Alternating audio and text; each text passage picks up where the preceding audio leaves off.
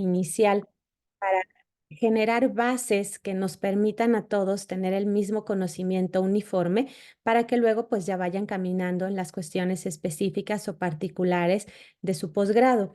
Es una materia donde vamos a hablar, insisto, de temas un tanto genéricos. Por supuesto, si hay preguntas específicas, me dicen bienvenidas, pero sí es importante que consideren esto, que es una materia básicamente general para que tengamos esta visión de los principios, de cómo está conformado el sistema acusatorio, de entrada, ¿qué es el sistema acusatorio?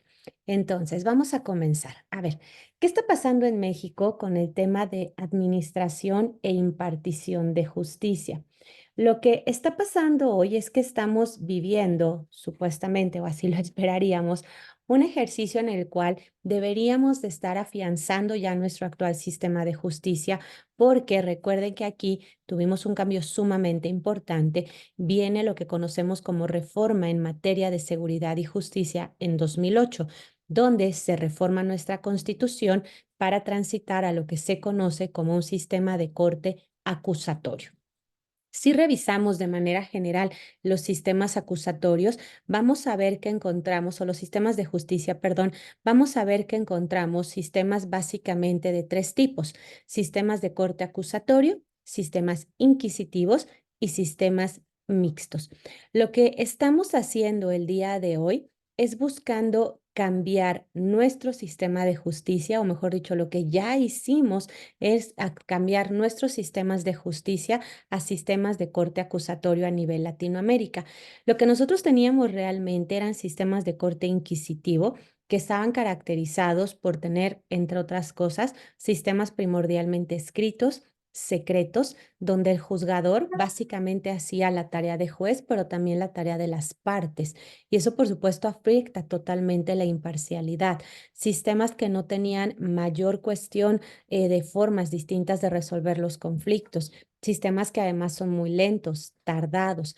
Y entonces empieza a venir una corriente latinoamericana donde nos damos cuenta que necesitamos transitar a sistemas que doten de nueva cuenta de credibilidad, todo lo que tiene que ver con la administración e impartición de justicia, que tengan mejores formas de resolver los conflictos, que sean más ágiles, que lleven a que cada una de las partes realmente hagamos nuestro trabajo y solo nuestro trabajo, y lo mismo la autoridad judicial. Entonces empieza a venir una oleada a nivel Latinoamérica donde empezamos a dejar estos sistemas inquisitivos mixtos relativamente, porque eran ciertos cortes mixtos, es decir, mezclado un poco ambos sistemas para transitar a sistemas de corte acusatorio. Esto en México pasa finalmente el 18 de junio de 2008, donde se lleva a cabo esta transición y entonces se reforma nuestra norma constitucional. Al momento de reformar esta norma constitucional, nos dan 8 años para que cambiemos este sistema de justicia e implementemos lo que conocemos como sistema acusatorio. Estos 8 años, la verdad es que no se aprovecharon del todo bien porque el 70% del país implementó el último año, prácticamente en el último momento. Algunas otras partes del país, pues sí lo fueron haciendo poco a poco, como por ejemplo Chihuahua, que bueno, Chihuahua empezó desde antes, de hecho, Nuevo León, Oaxaca, Zacatecas, pero la mayor parte del país lo hicimos al cuarto para la hora. Y entonces empezamos ahora sí, pues a tener un sistema de corte acusatorio, que ahorita voy a platicar qué es eso, porque esa parte es súper importante para la práctica. Luego empezamos, bueno, empezamos a llevar a cabo esta reforma, insisto, 2008, y cuando empezamos a elaborar la reforma o a trabajar ya en la implementación de la reforma, nos dimos cuenta que esto estaba siendo muy complicado porque había una diversidad de criterios a nivel nacional. Evidentemente, como lo habíamos tenido siempre, cada estado iba teniendo su código y entonces al ir teniendo cada estado su código, pues nos dimos cuenta que estábamos haciendo cosas súper diferentes en Chiapas, en Oaxaca, en Chihuahua, en Nuevo León, y que esto estaba haciendo mucho más complicada la implementación de la reforma. Y entonces empezó a venir el tema de tener un código conocido en ese momento como código único, es decir, un código único para regular la materia procesal penal a nivel nacional. Finalmente se logra reformar el artículo 73 de la Constitución en su fracción 21ª, permitiendo así dotar al Congreso de facultades para legislar en materia única en materia procesal penal. Se lleva a cabo la reforma y entonces tenemos finalmente Claro, después de un largo proceso, estoy resumiendo muchos años de historia para hacer un muy breve ejercicio introductorio, porque creo que la parte histórica también es importante, para finalmente tener lo que hoy conocemos como Código Nacional de Procedimientos Penales. Este Código Nacional de Procedimientos Penales se conforma, como lo observan en la diapositiva, por 490 artículos, dos libros, el libro primero para disposiciones generales, del artículo primero al 182, y uno segundo sobre el procedimiento del artículo 183 al 490. Al día de hoy, por supuesto, todas las carpetas de investigación que se inicien deben de estar, debe de aplicarse el Código Nacional de Procedimientos Penales. Lo que estamos buscando es un proceso lento y lo va a seguir siendo, es por supuesto acabar el inquisitivo para que pues el acusatorio esté trabajando ya a plenitud. Es difícil porque claro, hay un montón de asuntos en inquisitivo que por supuesto no se les puede brincar acusatorio así como así, no podemos brincar a la gente de un sistema a otro. Entonces, pues esos asuntos en inquisitivo se tienen que acabar en inquisitivo. Vamos a seguir teniéndolos por un buen rato porque la carga de trabajo pues era muchísima, obviamente ha ido avanzando, ha ido disminuyendo, pero pues tendrá que terminarse y eso va a tardar todavía muchísimos años. Sin embargo, por supuesto, todas las carpetas de investigación nuevas que se tienen se van al Código Nacional de Procedimientos Penales de acuerdo a los artículos transitorios. Ahora, cuando empezamos a trabajar esta reforma necesitamos varias normas más y vienen aquí tres normas sumamente importantes. Primero, como ya lo dije, el Código Nacional de Procedimientos Penales, que es la norma que tenemos vigente el día de hoy, por supuesto. Y un poco después viene otra norma que también es verdaderamente importante, que es la Ley Nacional de Mecanismos Alternativos de Solución de Controversias en Materia Penal. Esta norma nos ayuda a regular, ahorita lo vamos a ver, tres figuras, que es la mediación, la conciliación y la junta restaurativa. Pero no se preocupen, ahorita vamos a platicar de ello. Y finalmente, esta reforma también trae algo muy importante. Fíjense que hicimos algo bien curioso. El proceso estaba a cargo del juzgador, pero cuando ya llegaba el tema de ejecución de la pena, quien lo vigilaba era el órgano administrativo. Y esto no tenía ningún sentido, porque claro, si el juzgador es quien impone la pena, ¿quién debe de vigilar la ejecución de la pena? El juzgador. Entonces, esto también cambió a raíz de la reforma de 2008 en materia de seguridad y justicia, y para regular esta materia creamos la ley de ejecución. Así es que hoy tenemos estos tres lineamientos que son sumamente importantes en materia procesal penal y que claro, cada uno de ellos va a regular materias diferentes, pero finalmente van a encontrar un punto en el cual van a converger. El Código Nacional ha sido reformado ya en varias ocasiones. Estas son las tres primeras reformas que tuvo el Código Nacional.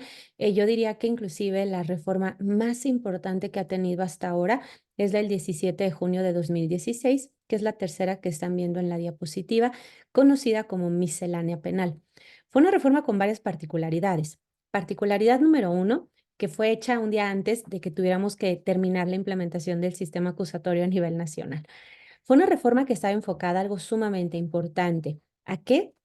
A que pudiera cuadrar, digámoslo así, absolutamente, o mejor dicho, la mayoría de las normas que estaban vinculadas con el sistema acusatorio y que obviamente, pues sabemos, están relacionadas, ¿no? Por ejemplo, esta ley que tenemos para terceras personas que intervienen en el proceso penal, código fiscal, etcétera. Sabemos, por supuesto, que la materia procesal penal está interrelacionada con otras materias y pues necesitábamos que esto hiciera un engarce perfecto. Entonces, la miscelánea penal permitió reformar otras normas para que pudieran hacer este engarce perfecto, pero también permitió una tercera cosa que era sumamente importante. El Código Nacional, la realidad es que nació con mucha urgencia. El Código Nacional se estuvo debatiendo por demasiado tiempo.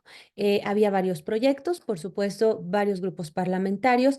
Cada grupo parlamentario quería que quedara su propuesta. Algunas propuestas, hay que decirlo, eran mejores que otras.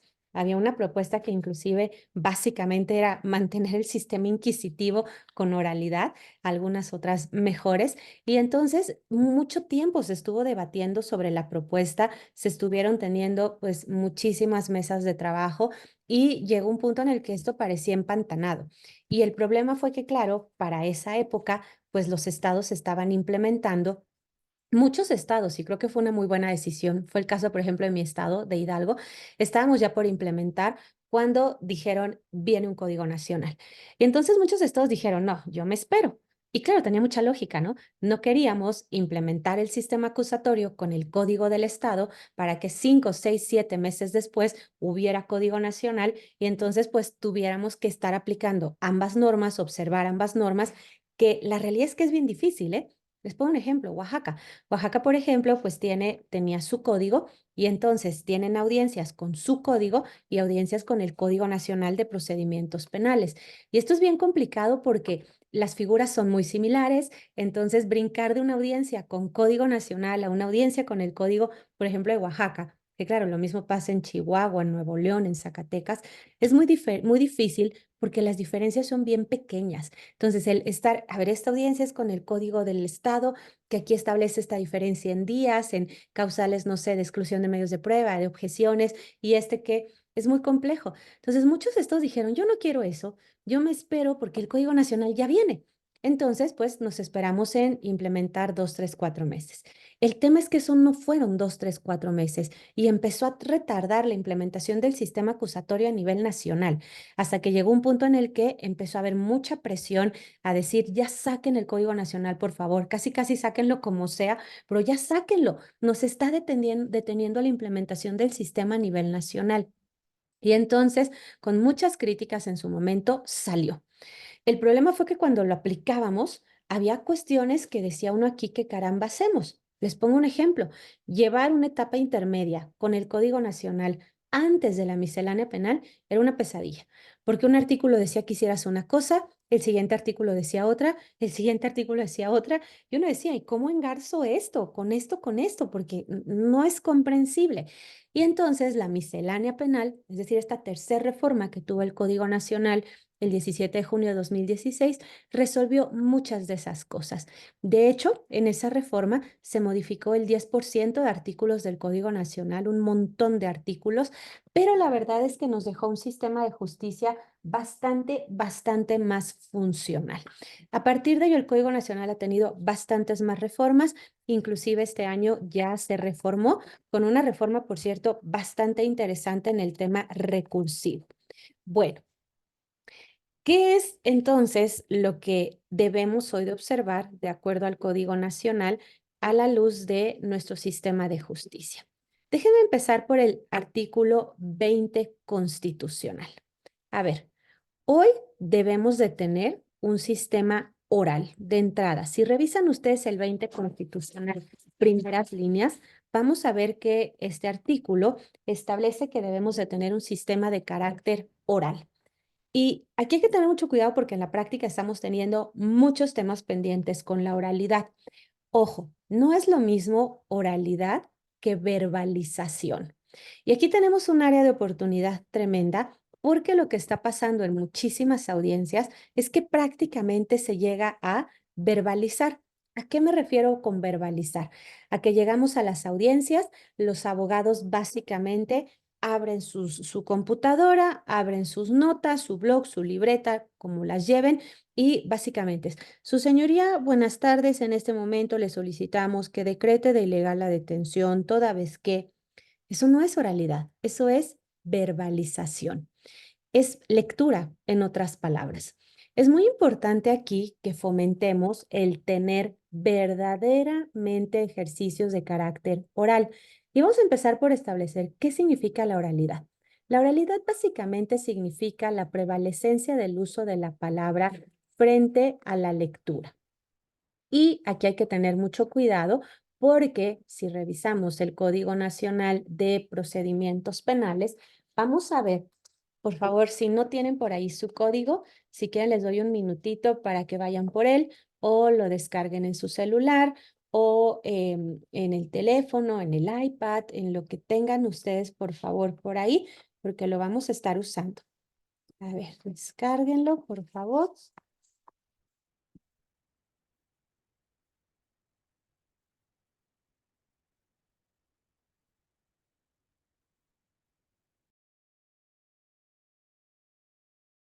No sé dónde está mi celular, hermano.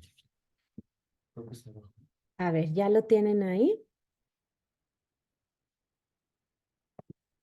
A ver, les voy a pedir que vayan a su artículo 44, por favor.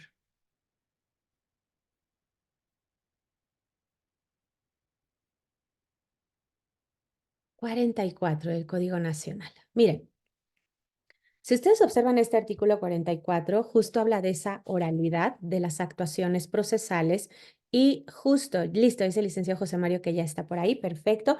Ven lo que nos dice, las audiencias se desarrollarán de forma oral, pudiendo auxiliarse las partes con documentos o cualquier otro medio. A ver, claro, aquí no se trata, y quiero dejarlo muy claro, no se trata de que memoricemos todo. Eso es imposible, además es cero recomendable, ahorita les voy a explicar por qué, pero tampoco se trata de que vengamos a leer. Vean inclusive lo que dice el segundo párrafo del 44. El órgano jurisdiccional propiciará que las partes se abstengan de leer documentos completos o apuntes de sus actuaciones que demuestren falta de argumentación y desconocimiento del asunto. Miren, aquí tenemos que encontrar un ejercicio perfecto entre que yo, claro, llevo preparada mi audiencia, sé de lo que estoy hablando, pero tampoco voy a pretender memorizar todo. Punto número uno, porque sería imposible. Punto número dos, porque además la verdad es que difícilmente lo lograríamos. Yo, por ejemplo, es curioso porque para algunas cosas tengo muy buena memoria, pero para otras terrible. Entonces, difícilmente me podría yo memorizar todo lo que voy a decir, pero además, sobre todo en audiencias que a veces duran horas. Pero además, sería muy mala idea, porque si yo pretendo memorizar todo, con que se me olvide un punto, olvídenlo, estoy perdida. Entonces, yo les sugiero que aquí la mejor metodología es, claro, cada quien va encontrando la propia, que tengan notas. Las notas las pueden traer en hojas, en papel, en libreta, en computadora, que ahí hay otro tema, porque hay jueces que nos dejan ingresar los equipos de cómputo a las audiencias, jueces que, perdón, incorrectamente, porque no hay razón alguna para ello, no nos lo permiten, pero también puedo traer mis notas en la computadora y esas notas son de apoyo. ¿De apoyo para qué? Para que no se me olvidan los puntos importantes, el orden, fechas, nombres, pero con ejercicios orales. Es bien importante que ustedes mismos se presionen a llevar a cabo esa oralidad. Al principio a veces puede ser difícil, pero si uno se presiona, con el tiempo se acostumbra y hace una diferencia enorme en el ejercicio de comunicación. No es lo mismo que yo esté con la mirada metida leyendo a que yo esté haciendo ejercicios donde básicamente haga un ejercicio donde me apoyo y comunico. Eso genera mucho mayor canal de comunicación, claridad, precisión. Entonces, tratemos de hacerlo de esa manera, porque además aquí viene otro tema importante. Si ustedes llevan a cabo este tipo de ejercicios orales, les va a permitir además evitar que les puedan llevar a cabo una llamada de atención. Muchas veces cuando el juzgador realmente busca respetar el tema de oralidad y ve que las partes están leyendo, inmediatamente les llama la atención. Y ya vieron que el 44 además lo permite. Es un tema de control de audiencia. Dos, como parte también es súper estratégico. Yo la verdad es que a veces soy un poquito dura con esto en las audiencias. Cuando veo que la contraparte está leyendo, usualmente le pido al juzgador o a la juzgadora, señoría, por favor, le pido que invite a la contraparte a respetar la oralidad. Y los jueces que yo creo que son los número uno que ya detestan el estar frente a gente leyendo, les llama la atención luego, luego. Y es estratégico para uno, ¿por qué? Porque cuando tienen a alguien que está leyendo absolutamente todo lo que está diciendo, en cuanto le piden que deje de leer, inmediatamente lo que va a hacer es tener que dejarlo hacer porque se lo ordenaron, pero va a bajar la calidad de lo que está haciendo. ¿Por qué? Porque trae todo escrito y en cuanto le dicen deja de leer, ya no sabe qué hacer, ya no sabe qué decir y disminuye la calidad de su solicitud. Entonces, es importante aquí que fomentemos el respeto a la oralidad, que como lo ven ustedes está regulado en el artículo 20 constitucional, primeras líneas, y por supuesto también en el Código Nacional. Segundo punto importante. A ver, vean y voy a seguir con estas mismas líneas lo que nos dice el Código Nacional. Perdón, la Constitución. El proceso penal será acusatorio y oral. ¿Qué significa que sea acusatorio? A ver, hay que separar aquí qué es lo que debemos de entender por acusatorio, porque miren, muchas veces cuando les pregunto yo, por ejemplo, ¿qué es lo que caracteriza nuestro actual sistema de justicia? Y muchas veces me dicen el respeto a la presunción de inocencia, la oralidad, la publicidad. A ver, eso lo teníamos en el sistema anterior, muy tenue, sí, lo sé, pero lo teníamos. Lo que verdaderamente debe de caracterizar nuestro actual sistema de justicia es lo que conocemos como principio acusatorio. Alberto Binder, déjenme les pongo el nombre en el chat, a quien si no han leído, les súper sugiero leerlo, es fabuloso. Ahí está Alberto Binder. Alberto Binder es una cosa maravillosa. Para mí es a quien más admiro y respeto en el sistema acusatorio actual. Alberto Binder justo le llama así, principio acusatorio. Y repito, es la principal característica de nuestro sistema de justicia. Pero además, fíjense que llevándolo a la parte práctica, es un elemento que muchas veces desafortunadamente vemos en las audiencias que no se respeta y que bien pueden ustedes trabajar de una manera súper generosa en apelación o en amparo. Claro, siempre quisiéramos no llegar hasta allá, pero si ya en la audiencia se transgredió, ahorita vamos a platicar cómo trabajarlo y la importancia de que estén alertas de esto. Bueno, vamos a empezar por el principio. ¿Qué significa este principio acusatorio? ¿Qué es? A ver, el principio acusatorio significa que nuestro sistema de justicia debe de estar caracterizado por una clara separación de funciones. Repito, debe de estar caracterizado por una clara separación de funciones.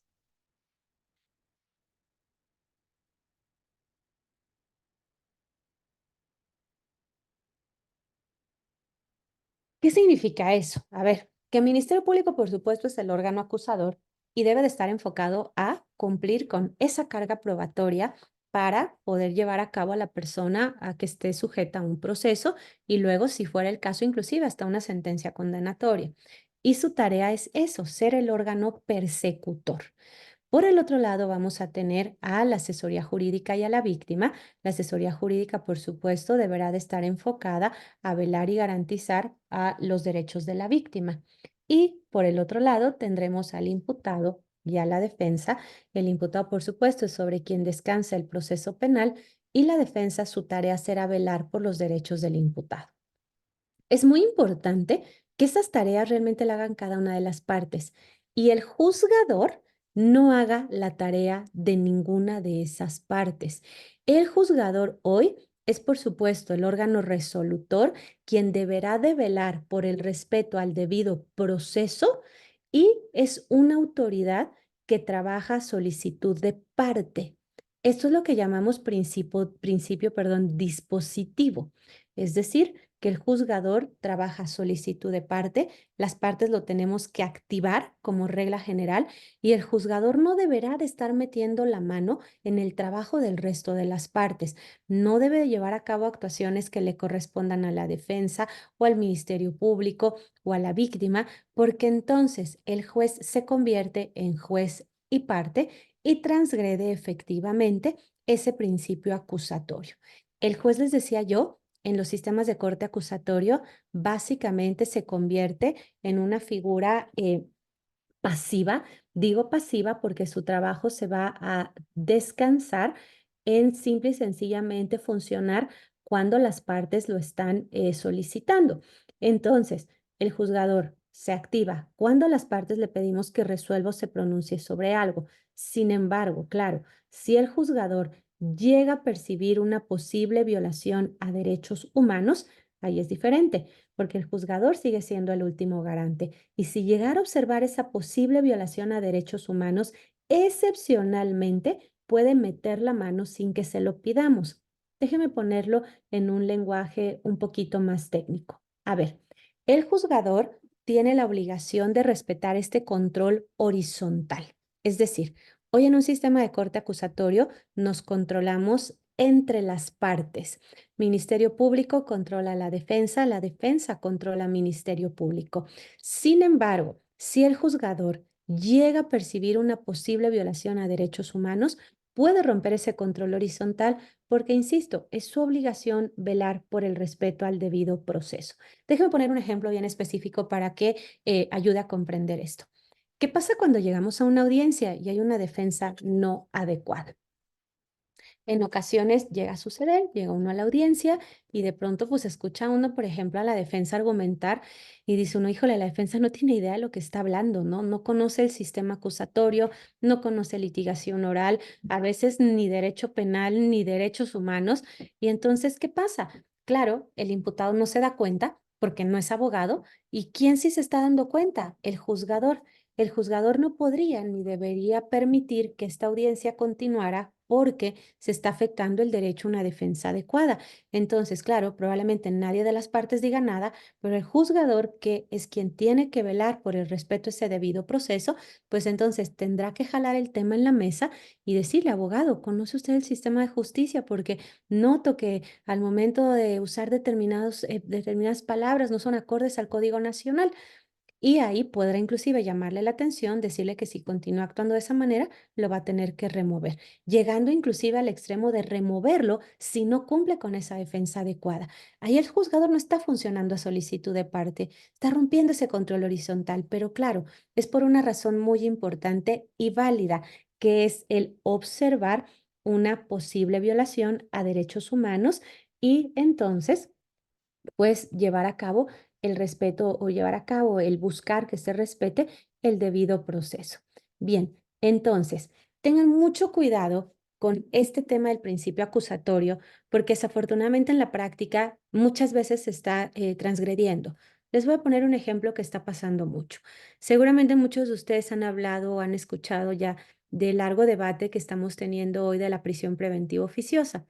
Nuestro artículo 19 constitucional tiene lo que conocemos como prisión preventiva oficiosa, es decir, un catálogo de delitos para los cuales procede la prisión preventiva de a fuerza si es que a una persona se le lleva una audiencia inicial por alguno de esos delitos, sin posibilidad de que la defensa sea escuchada, se pueda defender de que no se imponga esa cautelar, la posibilidad de que se imponga una distinta, la obligación del Ministerio Público de demostrar que es necesaria esa medida cautelar. Eso afecta a igualdad procesal, derecho a una defensa adecuada, derecho a ser escuchado, presunción de inocencia, etcétera.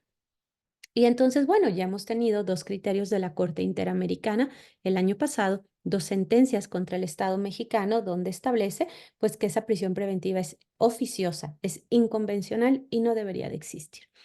La realidad que estamos viviendo es bien interesante porque hay muchos juzgadores que ya no le imponen, algunos que sí, y los que ya no le están imponiendo, ahí es donde viene un tema muy peculiar.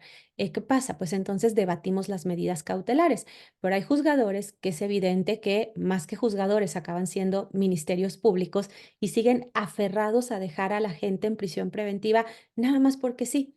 Entonces, ¿qué pasa? Debatimos la imposición de la medida cautelar. Ministerio Público muchas veces no cumple con el estándar que el Código Nacional marca para imponer una prisión preventiva y el juzgador de todos modos la impone, supliendo los argumentos del Ministerio Público y agregando elementos que el Ministerio Público nunca dijo. Ahí, ¿qué está pasando? Se transgrede el principio acusatorio, porque el juez está supliendo al Ministerio Público, se está convirtiendo en juez y parte, y cuando un juez se convierte en juez y parte, deja de ser juez, se está convirtiendo en Ministerio Público, se está convirtiendo en defensa y entonces se rompe la imparcialidad y la igualdad procesal, ya que el juzgador va a favorecer indebidamente alguna de las partes. Entonces, tengan cuidado porque a veces yo me quejo mucho que cuando empezamos a trabajar el sistema acusatorio, estudiamos con mucho cuidado las bases, que para mí es importantísimo, pero luego conforme lo empezamos a trabajar, vamos olvidando las bases, olvidamos los principios, olvidamos la naturaleza del sistema y lo vamos transformando. Y la realidad es que cuando estamos en audiencia, una excelente forma de debatir es descansar mis argumentos en esto, en el principio acusatorio y en los principios rectores que ahorita vamos a ver. Entonces, recuerden, recapitulo, la principal característica de nuestro sistema de justicia actual es la existencia de una separación de funciones. Eso significa que sea un sistema acusatorio donde existe un control horizontal donde el juzgador trabaja como regla general a solicitud de parte. Sin embargo, al ser el último garante, excepcional y muy excepcionalmente puede romper ese control horizontal. Bien, ¿dudas o preguntas de esto que hemos platicado hasta acá? Cuando tengan una audiencia donde el juez suple a las partes y acaba haciendo la tarea de alguna de ellas, si van a tener que trabajar apelación o amparo, dependiendo del caso, es bien interesante que en los agravios lo trabajen así, que en el agravio trabajen justo. El juzgador al momento de resolver transgredió el principio acusatorio al convertirse en juez y parte, afectando igualdad procesal e imparcialidad. Esto va muy de la mano. Cuando el juez se convierte en juez y parte, va, y yo creo que es casi imposible que no afecte imparcialidad e igualdad procesal. Y la verdad es que hoy en amparo se está teniendo mucha claridad de eso. Les pongo un ejemplo, nosotros tuvimos una audiencia inicial hace tiempo donde, pues sí, Ministerio Público no aportó datos de pruebas suficientes, su imputación era totalmente atípica y el juez de todos modos vinculó a proceso. Justo acabamos de ganar el amparo hace unas semanas y justo una de las razones por las cuales lo ganamos fue eso. La autoridad federal dijo, efectivamente, como bien lo dice la defensa, Ministerio Público no aportó esto y esto y esto, y el juez suplió en esos puntos y eso no puede hacerlo y no es su tarea. Entonces hay que tener especial cuidado con ello. Bueno, vamos entonces ahora, si ya no hay dudas o preguntas, a la siguiente parte del artículo 20 constitucional. Nos dice, se regirá por los principios de publicidad, contradicción, concentración, continuidad e inmediación. Esto es lo que conocemos como principios rectores. Vean por favor el artículo 4 del Código Nacional de Procedimientos Penales.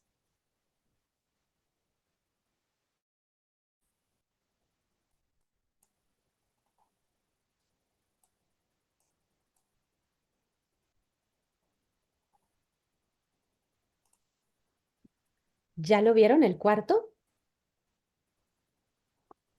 A ver, por supuesto, en la norma constitucional tenemos los principios rectores en el 20. Si luego llevamos esto al Código Nacional, lo vamos a encontrar en el artículo 4.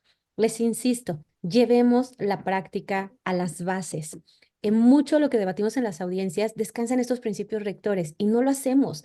Entonces, a veces es tan sencillo como decirle a su señoría, le pido que al momento de resolver se respete el principio de concentración por estas razones, el de continuidad, etcétera, porque además algunos de ellos en la práctica, dependiendo de la parte del país, ahorita lo vamos a platicar, nos estamos alejando muchísimo de ellos. Bueno, principios rectores. Primero, principio de inmediación. No me lo confundan, por favor, con el principio de inmediatez. Mucha gente lo confunde, son totalmente diferentes.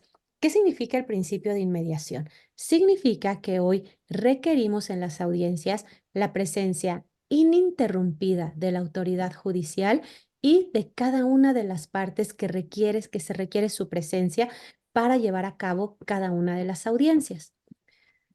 Repito, significa la presencia ininterrumpida de la autoridad judicial en las audiencias y de cada una de las partes que se requiera para cada una de las audiencias. Esa presencia es ininterrumpida y además inmediación también significa que debe de existir una comunicación constante entre el juzgador y las partes.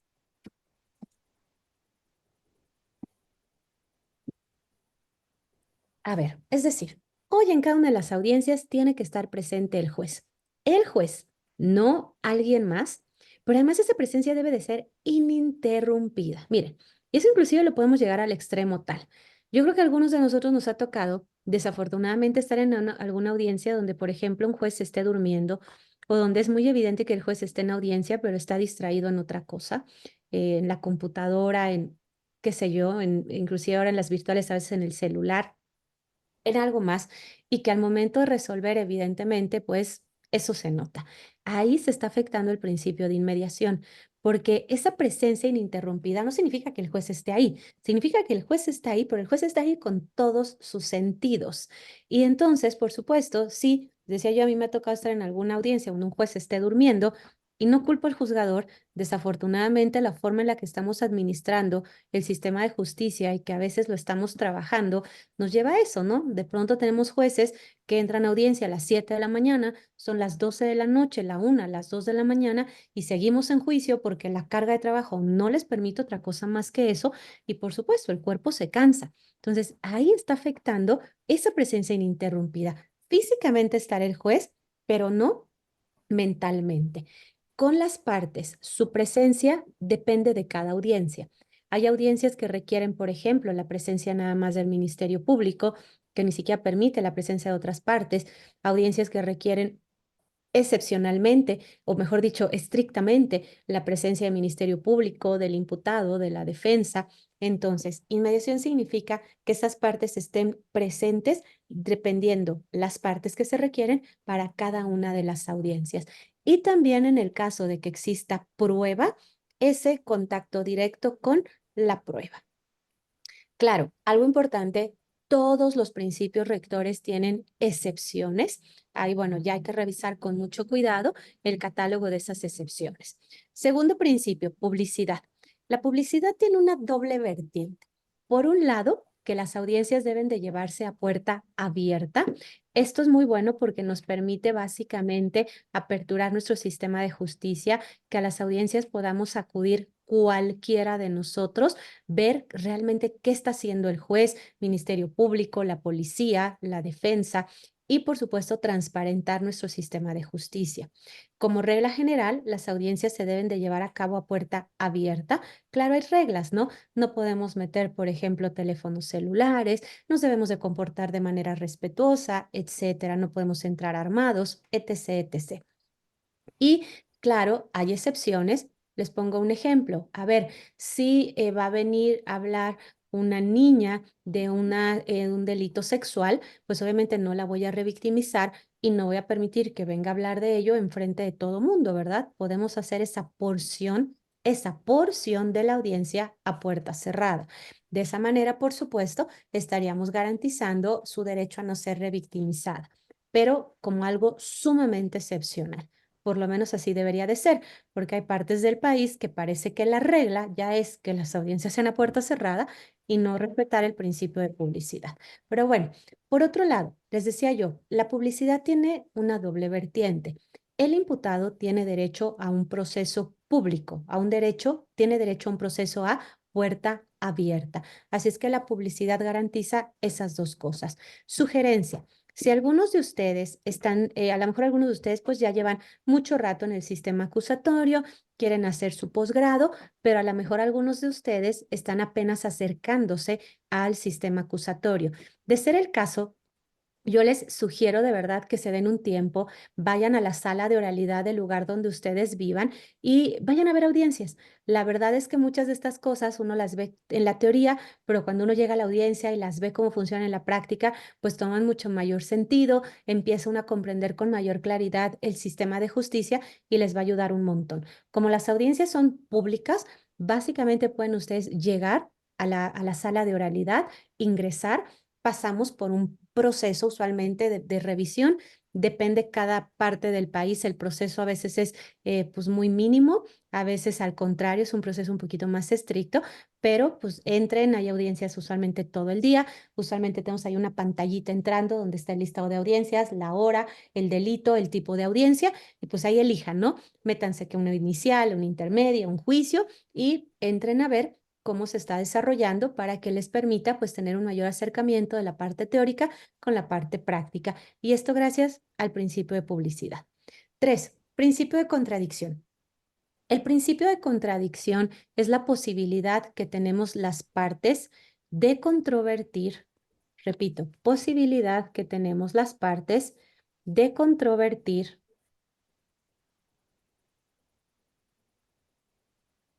toda manifestación, argumento y prueba.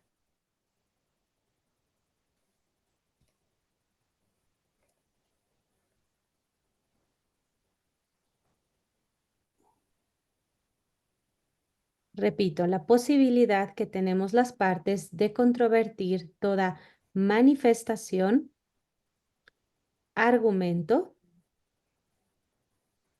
y prueba. Esta es una de las cosas que por lo menos yo más disfruto en el sistema de justicia, porque realmente es, ok, estamos ahí en la audiencia, va. Ministerio Público, ¿qué le pides al juez? Pues yo le pido que se imponga el ejemplo que les ponía, prisión preventiva por estas razones. Defensa, este cargo. Su señoría no procede por esto y esto y esto y esto y esto. Y eso nos permite hoy un ejercicio sumamente dinámico, donde ahí creo que es donde se da cuenta realmente quién es quién sabe qué.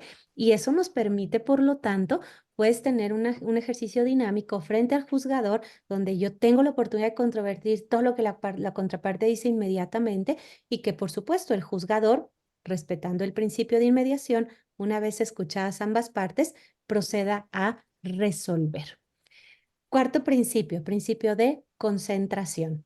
Tengan cuidado porque el principio de concentración y de continuidad van muy vinculados y eso provoca que a veces en la práctica los confundamos. A ver, ¿qué significa el principio de concentración? Que hoy estamos buscando llevar a cabo la mayor cantidad de actos procesales en una misma audiencia. Repito, que estamos buscando llevar a cabo la mayor cantidad de actos procesales en una misma audiencia.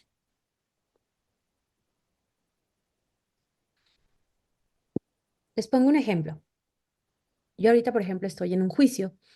¿Y qué pasa? ¿No? Empezamos la audiencia, por decirlo así, a las 9 de la mañana y entonces viene un testigo, terminamos con ese testigo, luego sigue otro perito ese mismo día, terminamos con el perito, sigue otro testigo ese mismo día, buscando que llevar a cabo la mayor cantidad de actos procesales en esa misma audiencia.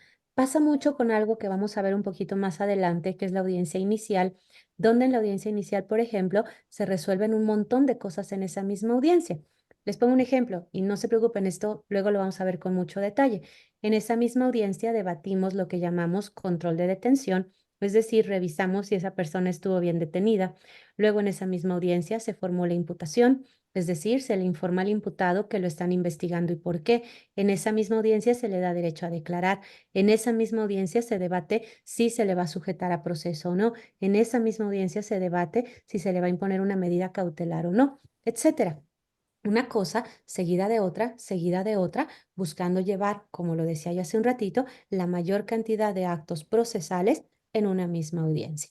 Y esto va de la mano del respeto al principio de continuidad. El principio de continuidad se va a desarrollar en el transcurso del tiempo y busca establecer que si yo no puedo terminar esos actos procesales en un día, continúo al día siguiente. Y si al día siguiente no pude terminar, al que sigue y así sucesivamente. Eso es lo que busca el principio de continuidad. Si no termino los actos procesales hoy, sigo mañana. Si mañana no termino, sigo pasado y así sucesivamente hasta terminar. Tengan mucho cuidado. Este principio se está transgrediendo muchísimo en algunas partes del país, sobre todo con los juicios. ¿Por qué? A ver, déjenme hablar del deber ser. El deber ser es, por ejemplo, empiezo juicio el lunes, por poner un ejemplo. Y entonces a lo mejor son 30 medios de prueba y pues obviamente no nos va a dar tiempo de acabar en el primer día, ¿no? Pero a lo mejor trabajo el lunes hasta 4, 5, 7 de la tarde y entonces no terminé con todos, pues sigo el martes respetando principio de continuidad. A lo mejor el martes seguimos con otros 6, pero tampoco terminamos, entonces sigo el miércoles. El miércoles a lo mejor avanzo con otros 7, tampoco terminamos, sigo el jueves y luego el viernes y luego el lunes de la semana que entra y así hasta terminar mi juicio. A lo mejor lo estoy terminando para el lunes, para el martes, dependiendo la cantidad de prueba y la información que tenga cada medio de prueba y la calidad de las partes para extraer la información. Bueno, eso es respetuoso a la concentración y continuidad. La realidad que estamos viviendo en algunas otras partes del país es que ese juicio, que lo pude haber terminado en una semana, semana y media, a veces hasta 2 o 3 días, a veces hasta un día, porque era muy poca prueba. La realidad de otras partes del país es que ese mismo juicio que pudo haber durado 7 días, lo hacemos en 4 meses. ¿Por qué? Porque no respetamos el principio de continuidad. Y entonces, por ejemplo, empiezo juicio el lunes y en lugar de trabajar todo el lunes, empiezas y te dice el tribunal, bueno, hoy tenemos otras audiencias y vamos a trabajar nada más 2 horas. Dice uno, pues en 2 horas, ¿qué hago? No, nada, alegatos de apertura, prácticamente, quizá un testigo. Y entonces el lunes terminas y te dicen, bueno, nos vemos el martes de la semana que entra. Y entonces regresas el martes otras 4 horas con 2 o 3 testigos y el martes te dicen, bueno, seguimos el jueves. No, bueno, por lo menos. Y el jueves llegas y trabajas 4 horas y te dicen, bueno, nos vemos el viernes de la semana que entra. Y ese juicio que pudo haber durado 7 días, acaba durando 4 meses porque venimos 2 horas esta semana, 5 la semana que entra, 8 la que sigue, 2 la que sigue, y claro, transgrede el principio de continuidad. Inclusive para la zona centro-norte ya hay jurisprudencia al respecto, que eso no debe de ser así y que eso transgrede los principios rectores y afecta, por supuesto, a la información que está recibiendo la autoridad judicial. Ojo, los principios rectores son la base del debido proceso. Debemos de observarlos, debemos de respetarlos y eso debe de cambiar en las partes del país que se está haciendo así. En algunas partes del país así lo estaban haciendo y a raíz de este criterio les están reponiendo un montón de juicios y ahorita están vueltos locos porque ya no la ven con todos los procesos que tienen, más los que se están reponiendo y teniendo que cambiar esa dinámica, falta de respeto del debido proceso que se está teniendo ahora. Así es que recordemos, hoy parte del debido proceso es respeto a estos 5 principios rectores. Tienen excepciones, por supuesto. Les pongo un ejemplo, la solicitud de la orden de aprehensión. La audiencia para solicitar la orden de aprehensión es una audiencia a puerta cerrada, una excepción al principio de publicidad. Además, es una audiencia que tiene como excepción el principio de contradicción. La defensa no se entera, no se le cita, no se le escucha, pero claro, eso es por 2 razones. Primero, porque tenemos que garantizar el éxito de la solicitud, ¿verdad? Si le pido a la defensa que venga y le aviso a la defensa que quiero detener a su imputado, pues nunca lograríamos detenerlo probablemente. Dos, es una excepción que el Código Nacional establece. Algo que les quiero resaltar, porque también en la práctica lo estamos olvidando un montón. Vean por favor el artículo 4 del Código Nacional.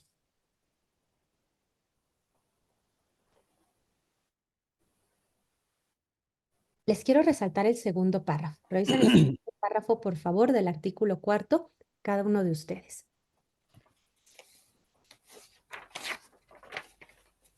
¿Ya vieron lo que dice? Este código y la legislación aplicable establecerán las excepciones a los principios. A ver, yo les dije, todos los principios tienen excepciones, pero esas excepciones deben de ser las reguladas en el Código Nacional. Les digo porque en la práctica estamos aplicando un montón de excepciones que las estamos sacando Dios sabrá de dónde. Entonces, sí, la regla general es, se tienen que observar y aplicar los principios. Las excepciones deben de ser específicamente las reguladas en el Código Nacional y no un sinfín de excepciones que estamos sacando Dios sabrá de dónde y legislando. Eso afecta el respeto al debido proceso. Bien, ahora, antes de ir al siguiente tópico, ¿alguna duda o pregunta?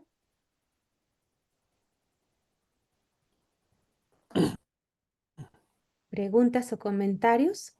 Ninguna. Maestra, perdón, Dígame, ¿qué pasó? ¿qué pasaría si tú, por ejemplo, vas a ver a una audiencia y no te dejan entrar porque está a puerta cerrada, pero como tú dices, que tenga sus excepciones para que fuera puerta cerrada?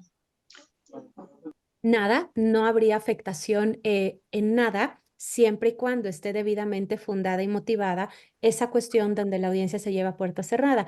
Miren, usualmente cuando empieza la audiencia se debate. Ahí si se va a llevar a puerta cerrada, si es el caso. Si no se debate, pues nada, la audiencia se lleva a puerta abierta, pública, como una cuestión normal y natural.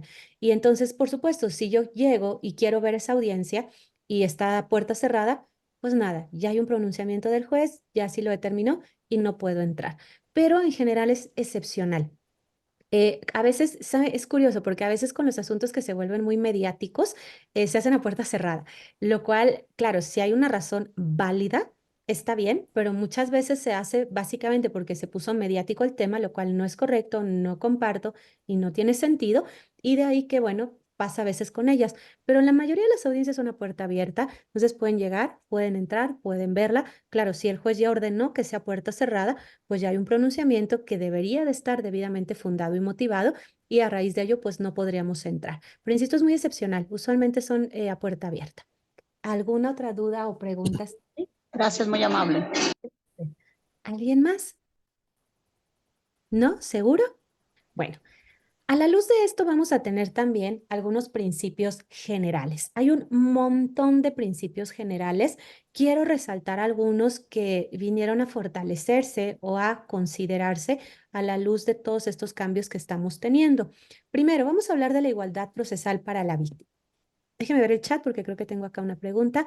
Sí, me dice, hay veces que si no se pide permiso con anticipación no te dejan entrar a la audiencia. Eso es bien incorrecto. Perdón, pero es súper incorrecto. Y sí, sé de algunas partes del país donde inclusive si quieres entrar a la audiencia tienes que pedir permiso antes. Perdón, pero no es correcto. No lo comparto de ninguna manera. La regla es al revés. Cualquier persona puede entrar a las audiencias, salvo que exista pronunciamiento y que se lleve a cabo a puerta cerrada. Digamos, déjenme ponerlo así. Debe haber una libertad de tránsito para entrar y salir de las audiencias. Claro, una vez que pasamos seguridad, cumplimos con los requisitos de seguridad, porque claro, si a lo mejor yo voy armado y quiero entrar a fuerza a la sala armado, pues no, ¿verdad? Si a lo mejor yo llevo algún distintivo donde quiero entrar a la sala con un letrero que diga, Juanito, te apoyamos, sabemos que eres inocente, pues no, tampoco está permitido. Entonces, claro, ahí sería diferente, pero la regla es que yo debo de poder entrar y salir libremente de prácticamente cualquier audiencia, salvo que haya algún pronunciamiento de que es a puerta cerrada. Les pongo un ejemplo. A mí me gusta mucho, a veces desafortunadamente se va retrasando la agenda de las audiencias. Y entonces llegamos a audiencia a las 10 de la mañana. Bueno, si llegas a las 10 no es tan común, pero si te toca una audiencia, no sé, a la 1 de la tarde, es bien común que llega uno y te dicen, ay, Lick, es que pues está la audiencia de las 10 de la mañana todavía y falta la de las 11, las de las 12, entonces pues faltan otras, que se termine la que está y otras dos audiencias para que entre la de usted. Bueno, pues nos esperamos, ¿no? ¿Qué podemos hacer? A mí me gusta muchas veces en ese inter meterme otras audiencias. ¿Por qué? Porque yo siempre he dicho que no hay audiencia en la que uno no aprenda algo. Entonces, pues estar ahí sentada en el pasillo o en el carro, esperando que me toque mi audiencia, pues mejor me meto a otra audiencia y me siento ahí en el público. Ahora sí que a ver qué aprendo, qué hacer o qué no hacer, porque también uno aprende cosas que eso no se hace. Y entonces, nada, pues entras a la sala, te sientas, ves, escuchas. Sé, como bien le dice la licenciada Liliana Castelán, que eso está pasando en algunas partes del país. Tenemos que combatirlo. No es correcto, no es el deber ser y también les quiero dejar claro que no es lo que está pasando en la mayor parte del país. Entonces, ojo, tenemos que combatir eso que es súper incorrecto. Bueno, regresamos entonces a los principios generales. A ver, cuando se trabajó el nuevo sistema, el mal llamado nuevo sistema de justicia, eh, algo que buscábamos era darle mayor igualdad a la víctima. Nos dimos cuenta que la víctima, fíjense qué absurdo, era como la gran olvidada del proceso penal. La víctima básicamente sufría el delito y luego de ello, pues era como, bueno, muchas gracias por haber participado, bye, ¿no? Cuando pues realmente le debíamos de dar el lugar que tiene la víctima. Hoy hemos tenido mecanismos o tenemos mecanismos que permiten respetar con mucha mayor claridad esa igualdad procesal, que le permite tener un asesor jurídico, por ejemplo, que intervenga en igualdad de condiciones con la defensa, con Ministerio Público, que inclusive si no tiene posibilidades económicas de contar con un asesor, el Estado le puede dar ese asesor. Tenemos que trabajar con la calidad de los asesores. Y no nada más los públicos, también los particulares, pero esa es otra historia. Dotando hoy de esta igualdad procesal a la víctima para que básicamente pueda intervenir en esa igualdad de condiciones. Segundo punto, el tema de la defensa técnica y adecuada. A ver, ojo, sepárenla porque en la práctica la confundimos mucho. No es lo mismo hablar de defensa técnica que de defensa adecuada. ¿Qué es una defensa técnica? Hoy, cualquier persona que intervengamos como defensa debemos de contar con título y cédula en la materia. Déjenme definirlo en otras palabras. Defensa técnica significa que esta defensa se ha llevado a cabo por un técnico en el derecho. ¿Qué significa eso? Pues una persona que tenga título y cédula. Pero diferente es que sea defensa adecuada. A ver, les voy a poner un ejemplo. A lo mejor nosotros, por ejemplo, en el despacho, pues tenemos áreas separadas y tenemos los abogados que trabajan civil y familiar. Ellos, por supuesto, tienen su título y su cédula, son una defensa técnica y son muy buenos. Pero si yo los llevo a una audiencia penal, pues obviamente no van a saber qué hacer. ¿Por qué? Porque ellos están especializados en materia familiar, en materia civil y no en materia penal. Y lo mismo pasaría si a mí me llevan a una audiencia en materia familiar. No tendría yo la más remota idea qué hacer y yo no podría velar realmente por los derechos de esa persona. Eso es defensa adecuada. A ver, defensa técnica es tengo título y cédula. Defensa adecuada va muchísimo más allá. Déjenme darles una definición primero en palabras muy sencillas. Yo creo que para este momento de la vida ya se dieron cuenta que me gusta usar a veces definiciones muy sencillas. Ahora les doy una técnica. A ver, ¿qué significa defensa adecuada? Que esta persona que está aquí sentada junto al imputado o junto a la víctima pueda defender sus derechos de a de veras. Eso es lo que significa defensa adecuada. Es decir, vamos a la definición técnica, que esa persona sea capaz de llevar a cabo una defensa material. Y eso conlleva un sinfín de elementos. ¿Por qué? Porque significa que esa persona debe de conocer, denme un segundo más porque me estoy quedando sin batería, déjenme nada más me paro a conectarla. Aquí ahora vengo. Listo, perdónenme, les decía yo. Eso significa que esa persona debe de tener conocimiento en sistema acusatorio, derecho penal, procesal penal, derechos humanos, litigación, haber tenido el tiempo además de haber leído la carpeta de investigación, haber preparado la audiencia. Todo eso es lo que significa defensa adecuada. Entonces, hoy la persona debe de estar representado por una defensa técnica y adecuada tanto la víctima como el imputado. Dice el licenciado José Mario, que cuenten con todas las herramientas para ejercer la defensa, que tenga traslado, que hayan hablado con su cliente, que se hagan de datos de prueba, etcétera. Efectivamente, todo lo que les decía yo, ese conocimiento en procesal penal, derechos humanos, litigación, haber tenido acceso a la carpeta, haberla estudiado, haber preparado la audiencia, porque de otra manera estaríamos afectando el derecho que tiene esa persona a una defensa técnica y adecuada. E insisto, esto aplica para víctima y para imputado. Tengan cuidado con los asesores jurídicos. Hoy tenemos un tema súper pendiente en la práctica. Desafortunadamente, por eso hay hasta memes, ¿no? Es muy frecuente en las audiencias ver que los asesores jurídicos a veces llegan hasta sin carpeta. A mí me ha tocado varias audiencias que los jueces han regañado a la asesoría jurídica porque ni siquiera lleva carpeta ni código, llegan así como ya, ¿no? Solitos. Dice, bueno, ¿cómo vas a debatir sin carpeta, sin código? No llevan ni dónde anotar. O lo que es peor, ¿no? Al momento en el que se les dan el uso de la voz, viene el típico, me adhiero a lo manifestado por Ministerio Público. Y la verdad es que muchas veces hay cosas que se pueden abonar, agregar, precisar. Eso es defensa no adecuada también. Entonces, mucho cuidado con respecto a este derecho. 3, la presunción de inocencia. La presunción de inocencia no es nueva. Lo que sí es nuevo es que está regulado con tanta claridad en la Constitución a partir de la reforma de 2008, de la reforma en materia de seguridad y justicia, y básicamente significa pues que la persona debe de ser tratada como inocente hasta que exista un pronunciamiento firme en su contra. Aquí, bueno, hay un sinfín de cuestiones que pudiéramos analizar y debatir de la presunción de inocencia, por supuesto. Cuarto punto.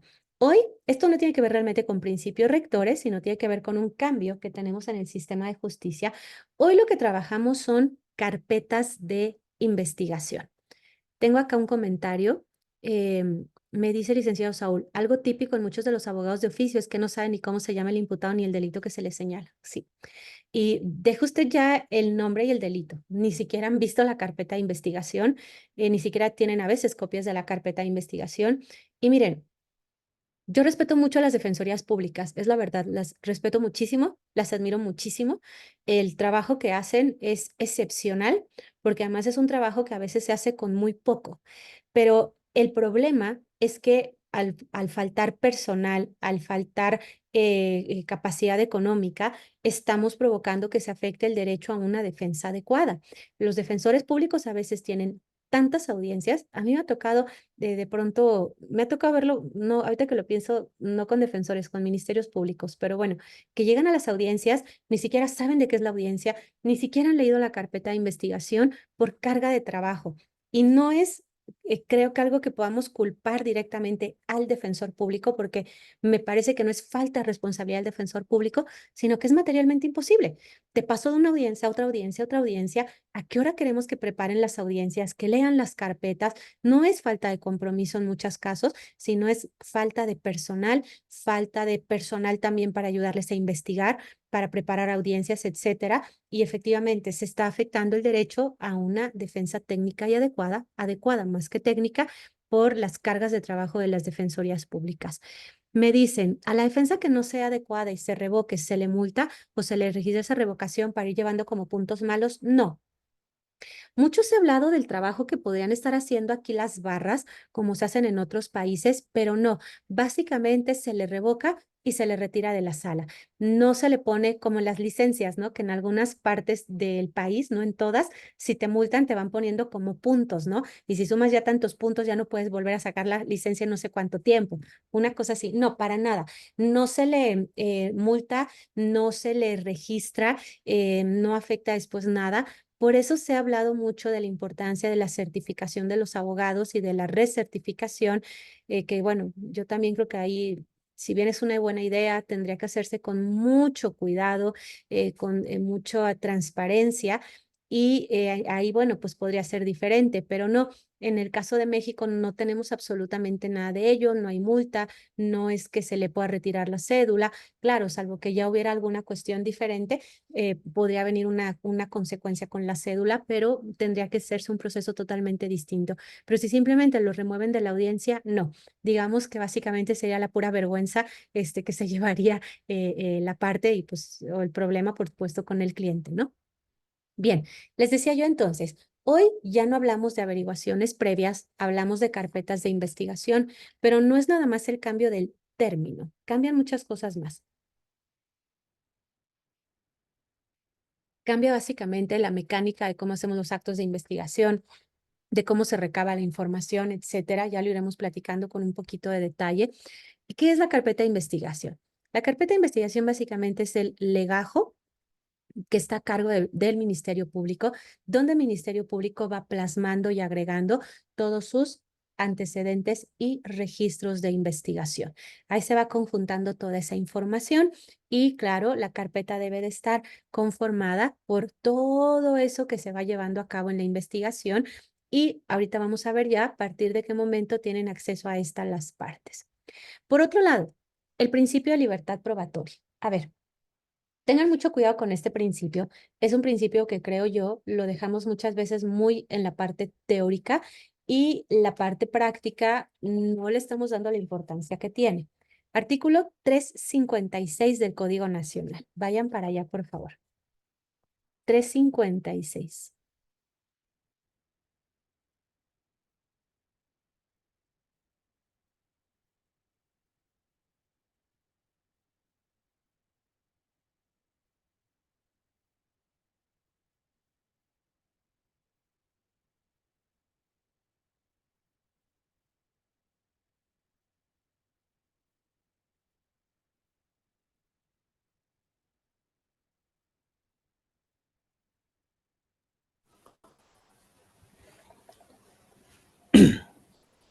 A ver, si ya lo pudieron analizar, déjenme ponerlo en otras palabras. ¿Qué significa el principio de libertad probatoria?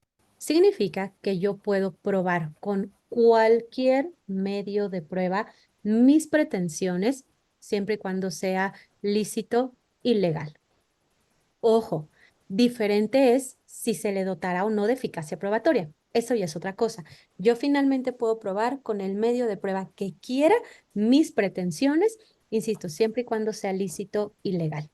A ver, tengamos mucho cuidado porque esto se está transgrediendo mucho en la práctica.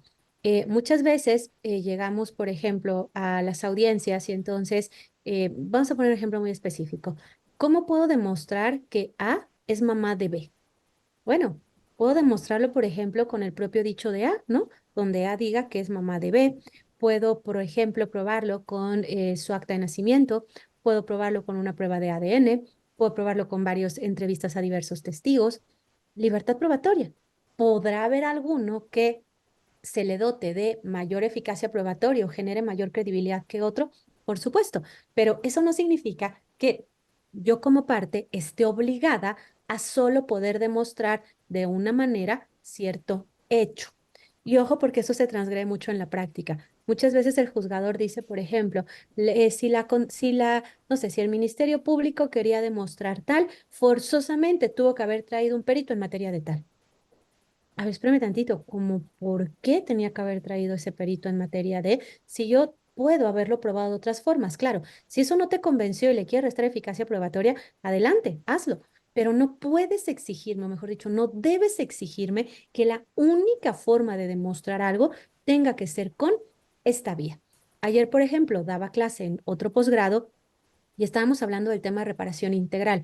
Y uno de los abogados me hacía una pregunta bien interesante. Me decía, oiga, si yo quiero probar los gastos de la víctima, ¿la única forma que puedo hacerlo es con una factura?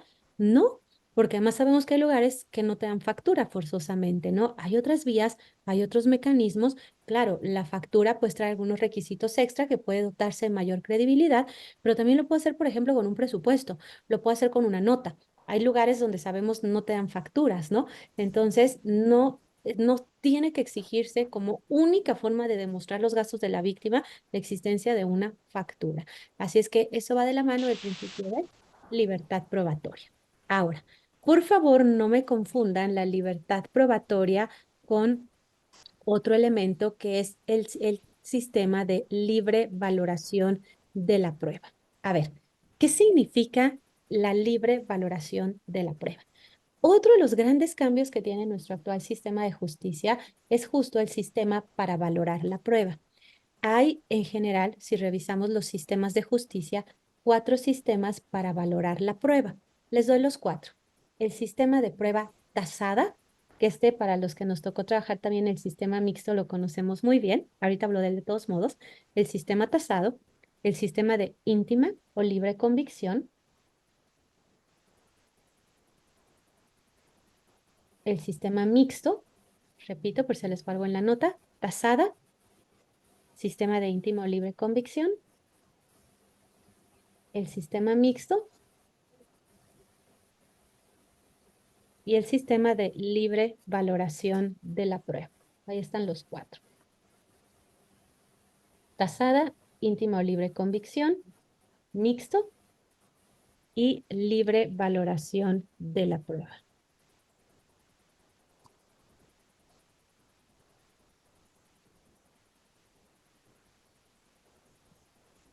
A ver, es decir, a ver, ¿qué es un sistema de prueba tasada? Cuando la propia norma te indica qué valor va a tener cada prueba. Ejemplo, lo hacíamos en el sistema anterior, ¿no? Si era un perito oficial y ratificaba su dictamen, pleno valor probatorio. La propia norma te decía qué valor tenía. El sistema de íntima o libre convicción es un sistema que realmente en México no lo tenemos muy presente. Es el sistema, por ejemplo, en el cual descansa el sistema norteamericano. ¿Cuál es la base? Bueno, que aquí se le va a dotar de eficacia probatoria a la prueba de acuerdo a lo que el íntimo ser de la persona indique. Si yo en mi íntimo ser considero que el policía está viniendo a decir la verdad, pues le creo. Si a mí me parece que no, pues no le creo. Entonces, en eso descansa el sistema de íntima o libre convicción. Es un sistema sobre todo hecho para jurados. 3, el sistema mixto, que es el que teníamos realmente nosotros en nuestro código anterior, mezcla sistema de libre valoración y prueba tasada.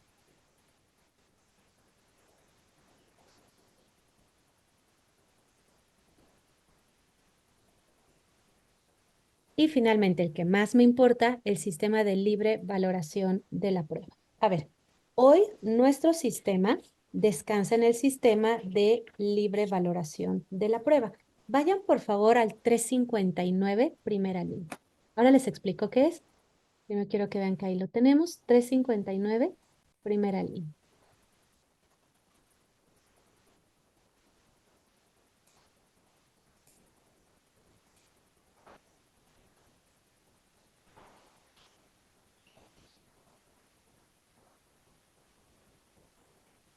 ¿Ya lo vieron? Ahí lo tenemos. El Tribunal de Enjuiciamiento valorará la prueba de manera libre y lógica. A ver, ¿qué significa libre valoración? Significa que vamos a tener un sistema en el cual enfrentamos una ausencia de reglas estrictas. Repito, significa que estamos frente a una ausencia de reglas estrictas para valorar cada medio de prueba, o cada prueba, mejor dicho.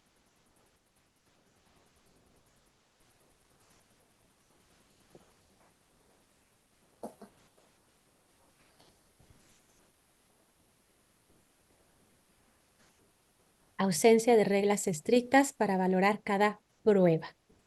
Ojo, eso no significa que el juez va a hacer lo que se le antoje y que el juez, porque a veces decimos eso, no, pues es que entonces el juez va a valorar la prueba como se le antoje, como él crea. No, no, no, no, porque el juez se tiene que acotar a las reglas de la lógica. Y hay un temazo atrás de las reglas de la lógica, ¿eh? Hablar de la lógica nos daría solito para todas las horas de este módulo.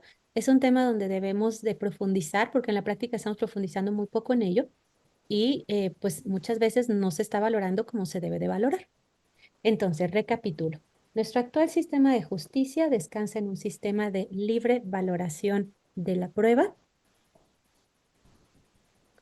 Significa ausencia de reglas estrictas para valorar cada prueba. Sin embargo, eso está limitado por la lógica.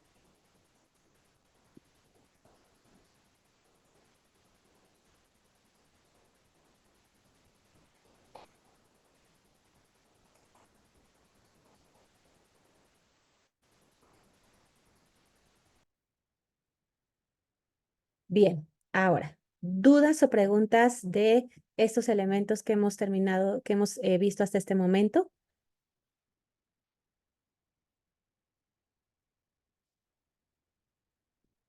¿Alguna duda o pregunta a estas generalidades? ¿No? ¿Ninguna? Bueno, sí, Doctora, dígame, Manuel. una duda, doctora. ¿Qué pasó? ¿Nos va a poder compartir las presentaciones? No, perdóneme, pero ya no estoy compartiendo diapositivas. Antes la verdad es que siempre las compartía y a partir de la pandemia ya no, porque me las estuvieron vendiendo en la pandemia y la verdad es que ya no las estoy compartiendo, pero les pueden sacar fotitos si quieren, no pasa nada para que puedan tener el material. Sí, una disculpa, digo, antes siempre las daba, pero sí ya opté por eso. Perdónenme. ¿Alguna otra duda Ok, o pregunta? gracias. A usted. ¿Alguien más? ¿No? Bueno, ahora, a ver. Esta clase está enfocada, se les decía yo, a que les dé la visión general del sistema de justicia y va a haber puntos que yo les voy a decir, a ver, si algo me importa que terminando de la clase tengan ustedes claro, es esto. Y aquí para la clase de hoy hay tres cosas que me importan muchísimo que al final de la sesión se lleven. Uno, ¿qué significa un sistema acusatorio? Ya lo platicamos, que existe una clara separación de funciones entre las partes y el juez. Dos, los 5 principios rectores. Ya los platicamos también, inmediación, publicidad, concentración, contradicción y continuidad, y sobre todo qué significan. Y una tercera cosa que para mí es sumamente importante que se lleven de esta clase es cómo se encuentra conformado nuestro actual sistema de justicia. A ver, este cuadro que están observando ustedes justo les da esa conformación genérica de nuestro actual sistema de justicia. Claro, no van a encontrar aquí absolutamente todas las figuras que lo conforman, pero creo que sí, las más importantes. A ver, lo primero que les quiero decir, es muy importante que tengamos claro que nuestro sistema de justicia no es un sistema de juicios orales, porque mucha gente le dice así, ¿no? El sistema de los juicios orales. A ver, de entrada es un pleonasmo. Hablar de juicio oral es un pleonasmo porque ir a juicio conllevaría oralidad. Entonces, en estricto sentido, debemos de hablar de juicio. Dos, nuestro sistema de justicia está conformado por un sinfín de figuras que nos llevan a establecer que en la práctica lo menos que tenemos o lo menos que se debe de llevar a cabo es ir a un juicio. Hoy, y eso pasa en la práctica además, ahí sí. Hoy, en general, la justicia, si ustedes voltean a ver la reforma mercantil, familiar, laboral y en general la justicia a nivel latinoamericana, hoy está enfocada a negociar. Hoy todo lo que viene con el derecho está enfocado a llevar procesos de negociación hemos encontrado que son mejores formas de resolver los conflictos, que dejan mucho más tranquilas a las partes, que logran resolver el conflicto de mejor manera que ir a un juicio. Ir a un juicio, la verdad es que muchas veces no resuelve nada, no garantiza una reparación integral, no garantiza que la víctima vuelva a tener tranquilidad, muchas veces no le hace ningún bien, inclusive a la persona sentenciada, a diferencia de resolver el conflicto negociándolo, claro, apegado y respetuoso a derecho, bajo algún otro mecanismo. Entonces, hoy nuestro sistema de justicia está conformado por una enorme cantidad de figuras. ¿Qué es lo que voy a ver y qué es lo que me importa por sobre todas las cosas que se lleven de la clase de hoy? Estas principales figuras que conforman nuestro sistema de justicia y que permiten resolver los conflictos por alguna otra forma diferente a ir a juicio. Por eso es incorrecto llamarle el sistema de juicios a nuestro sistema de justicia, porque lo que menos tenemos en la práctica es un juicio. Es lo que es menos frecuente de ver en la práctica, porque la mayoría de conflictos se resuelven por alguna de las otras figuras que ahorita vamos a ver. Entonces, ¿cómo está conformado primordialmente nuestro sistema de justicia? Primer columna, procedimiento ordinario. Y les voy a ir dando, por supuesto, los fundamentos de cada una de estas figuras o de esta conformación. Vayamos al artículo 211, por favor.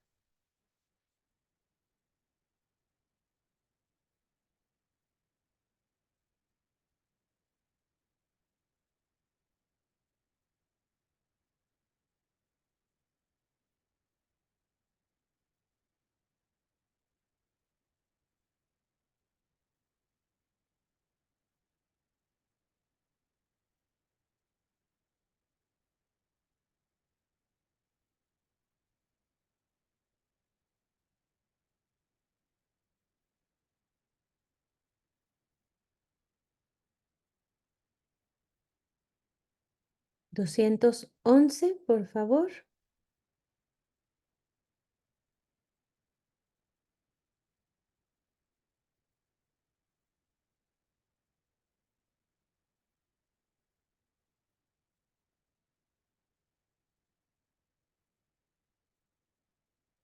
A ver, si ya lo están observando, esto es lo que conocemos como procedimiento ordinario. En otras palabras, digámoslo así, ese sería el procedimiento común para llevar a cabo un conflicto y como lo pueden observar ustedes, tanto en la diapositiva como en el artículo 211, está conformado por 3 etapas. Estas son etapas, ¿ok? Porque luego vamos a hablar de fases.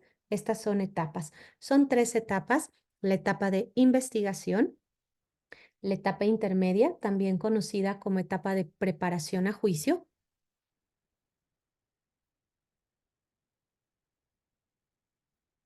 y la etapa de juicio.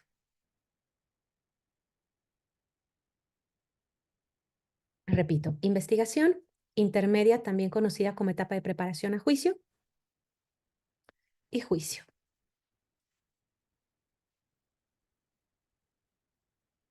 Pasan muchísimas cosas, por supuesto, en cada una de estas etapas.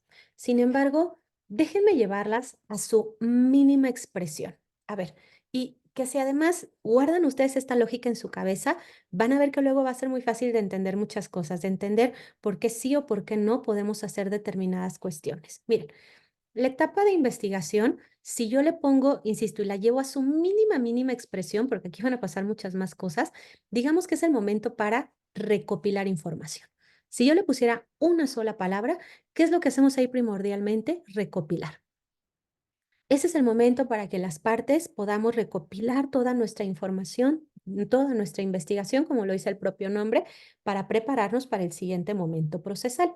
Entonces, claro, van a pasar muchas cosas ahí, pero primordialmente es el momento para recopilar. Y como regla general, el único momento para recopilar.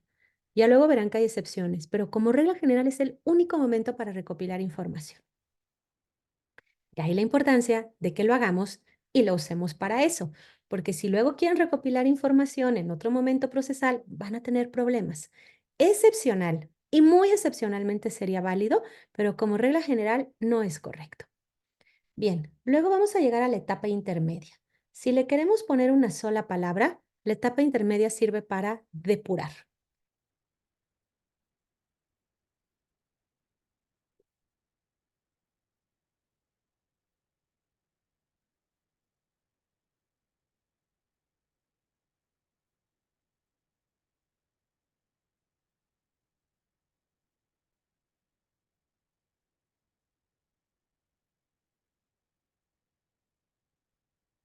Depuramos 3 cosas: hechos, derecho y medios de prueba. Repito, hechos, derecho y medios de prueba. Ya luego platicarán, por supuesto, esto con mucho detalle y les quiero adelantar algo importante. Es la etapa más técnica. Es la etapa donde se llevan a cabo los debates más técnicos, más complejos, sin duda alguna en ella. Miren, déjenme ponerlo en palabras sencillas. Yo lo veo así. ¿Qué hacemos en la investigación? Recopilar, recopilar, recopilar. Cuando llegamos a la intermedia, hagan de cuenta que ponen eso en un colador. Entonces lo pongo en el colador y en el colador, por supuesto, pues se va a quedar lo que no me sirve, lo que no tiene nada que hacer en juicio y lo que pasa el colador es lo que va para juicio. Por eso también se le llama etapa de preparación a juicio, porque básicamente lo que hacemos es eso, es depurar. A ver, tenemos todo esto, pero esto no te sirve de nada. Esto lo obtuviste violentando derechos humanos, no puede ir a juicio. Entonces, depuramos, decimos, ok, de todo esto que tú tienes, esto sí va, esto no va, y entonces por eso nos ayuda a depurar y a preparar el juicio. Finalmente, llega el juicio. Si lo llevo a su mínima expresión, es el momento de producir e incorporar la prueba y juzgar. Repito, el juicio es el momento de producir e incorporar la prueba y juzgar.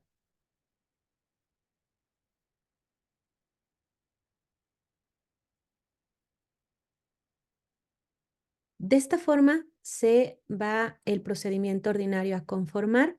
Ya lo tienen ahí en el artículo 211. Como lo pueden ver, claro, las etapas se van a subdividir. Hay muchas cosas que pasa dentro de cada una de ellas, pero al ser una clase introductoria a su posgrado, es muy importante que tengan claro esta conformación mínima del procedimiento ordinario y cómo se va a desarrollar. Ahora, vamos a la segunda columna. La segunda columna es lo que conocemos como soluciones alternas. Las soluciones alternas tienen el fundamento en el artículo 184. Vayan para allá. Y van a ser 2 soluciones alternas. Ojo, hay gente que les llama salidas alternas. Les sugiero que ya no les llamen así. Inclusive hay un punto en el código que se quedó. Antes les llamábamos salidas alternas. De hecho, en otros países les llaman salidas alternas. Se los adelanto porque si de pronto estudian de un libro de otro país o de un libro un poco antiguo, previo a la reforma a la miscelánea penal, a la reforma de 2016 del código, van a encontrar este término. Y es un término que antes usaba el Código Nacional. ¿Qué pasa? Nos dimos cuenta que no era muy generoso porque, claro, salida alterna, ¿qué significa? Pues como una forma de zafarte del conflicto, ¿no? Y no es eso, es una forma de solucionarlo que es diferente a salirte de él. Entonces se cambió por ese término, pero mucha gente le sigue diciendo salidas alternas. El término correcto, como lo ven en el propio 184, es soluciones alternas.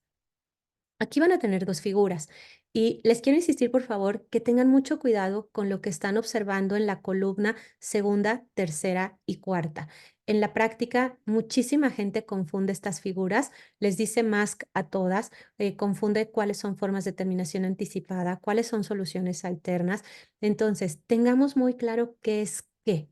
A ver, las soluciones alternas son formas de resolver los conflictos. Son 2, como les decía yo, el acuerdo reparatorio y la suspensión condicional. Son 2 formas muy generosas de resolver los conflictos porque tienen ventajas. Claro, se las voy a explicar de manera general porque hay diferencia entre cada una de esas figuras.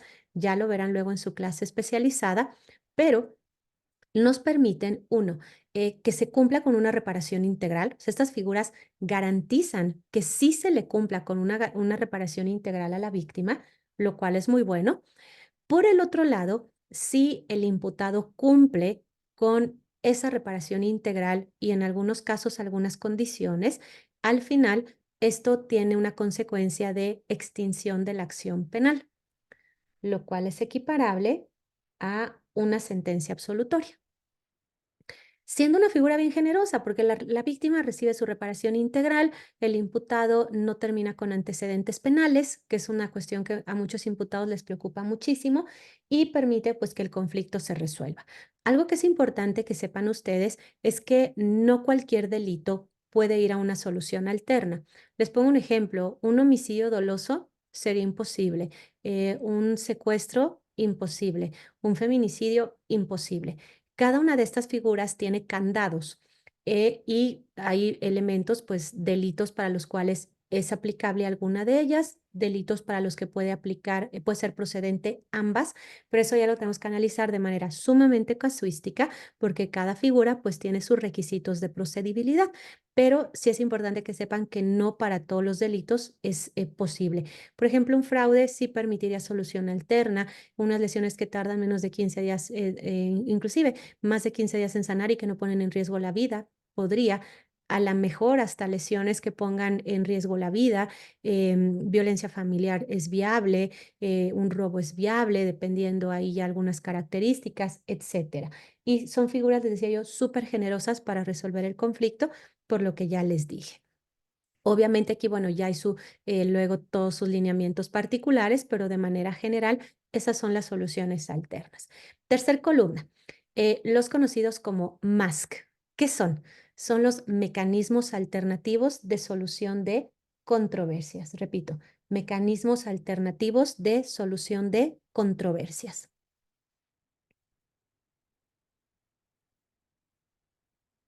También alguna gente los conoce como MARC, en lugar de MASC, MARC.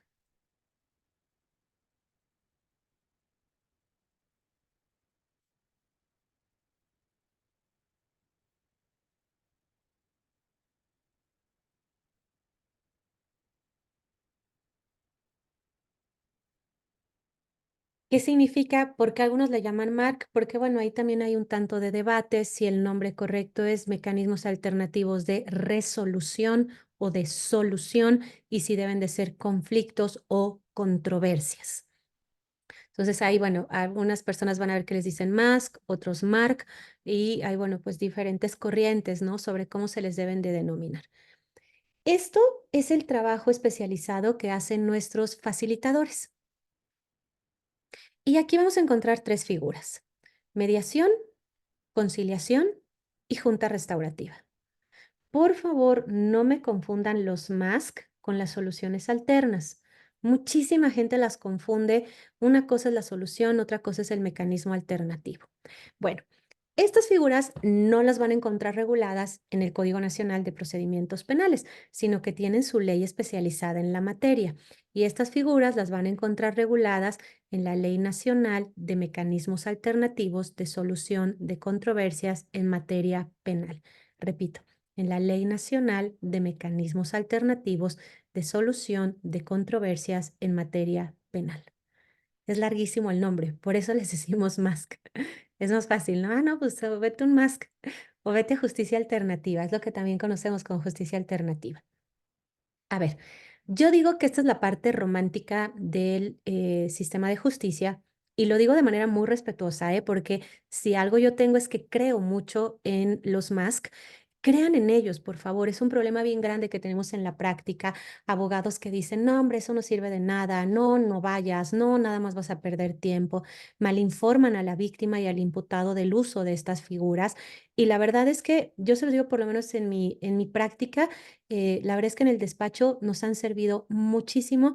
Hemos resuelto conflictos que veíamos imposibles de resolver por medio de mecanismos alternativos. Claro, cuando tenemos buenos facilitadores. A ver, aquí entra la justicia alternativa, donde vamos a encontrar, depende de la parte del país, hay partes del país que tienen justicia alternativa en fiscalía, hay partes del país que tienen justicia alternativa en fiscalía y en poder judicial. A mí me parece que es lo más generoso, ayuda mucho más a resolver los conflictos de manera generosa cuando se tiene justicia alternativa en ambos, en procuraduría o fiscalía, dependiendo la parte del país, y en poder judicial. Estos servicios son gratuitos, son totalmente voluntarios, es decir, si las partes quieren ir a justicia alternativa, van, si las partes dicen no quiero ir a justicia alternativa, no van. Insisto, es totalmente voluntario. ¿Qué ventaja tiene la justicia alternativa? Pues que aquí va a ir la víctima y el imputado con un facilitador o facilitadora que va a aplicar las técnicas que considere aplicables, porque aquí, insisto, ya es otra área, otra especialización, y entonces por medio de esas técnicas van a buscar ayudar a las partes o van a ir llevando a las partes a que ellas busquen la forma más generosa de resolver el conflicto. Es muy bueno porque les pongo ejemplos. Hay ocasiones que no hay forma de que lo logremos, las partes no quieren, el tema de reparación integral trae mucho debate, las partes están enojadas una con otra y muchas veces cuando vamos a justicia alternativa y tenemos un buen trabajo de los facilitadores, logran las partes salir de ahí con el conflicto resuelto y ya luego eso lo llevamos a una solución alterna o a un abreviado, pero ya con un acuerdo entre las partes de sí, lo vamos a resolver de esta manera. Algo que yo siempre les digo a mis clientes, no perdemos nada yendo a justicia alternativa. A lo mejor vamos a ir, no vamos a lograr nada, pero a lo mejor vamos a ir y ahí vamos a resolver todo. Claro, es voluntario. Les digo porque, por ejemplo, me acuerdo de un caso que tuvimos de violencia familiar, eran unos ex esposos y la señora me dijo, Carla, yo le expliqué, mire, podemos ir a justicia alternativa y con el apoyo del facilitador pueden platicar, ver la forma de resolverlo. Ya me dijo, Carla, yo no quiero ir, no quiero verlo, no quiero sentarme frente a él. Perfecto, no vamos, pero es su derecho saber que es viable hacerlo y, insisto, creo que los abogados debemos de fomentar muchísimo ir a estos mecanismos alternativos. Algo importante, es optativo a dónde ir. ¿A qué me refiero? Las partes del país que tenemos justicia alternativa en ambos, es decir, que tenemos justicia alternativa en fiscalía y en poder judicial, ustedes pueden optar a cuál ir. Les digo porque muchas veces tenemos la idea incorrecta de que si estamos en investigación inicial, tenemos que ir a fiscalía y si ya se sujetó a proceso, si ya se vinculó a proceso, tenemos que ir a la del Poder Judicial. Y no es cierto. La Ley Nacional de Mecanismos Alternativos establece que yo puedo elegir a cuál ir. Les digo porque yo, por ejemplo, en mi estado particularmente, creo que son súper buenos la justicia alternativa del Poder Judicial. Digo, no estoy diciendo que no sea buena la de la Procuraduría, pero la del Poder Judicial es buenísima. Entonces, yo siempre que acudimos a justicia alternativo, casi siempre optamos por ir al Poder Judicial y esto, insisto, es optativo, pueden ir a una o a otra, así es que bueno, pues ahí considérenlo de acuerdo a lo que piensen es más viable en su caso. Cuarta columna, formas de terminación anticipada, el procedimiento abreviado. Vayan por favor al artículo 185 del Código Nacional.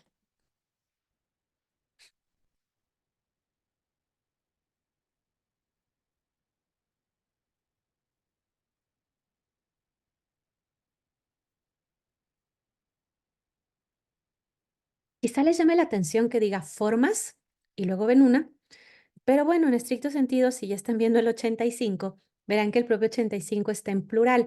¿Por qué? Porque en alguna de las propuestas del Código Nacional planteaban dos figuras.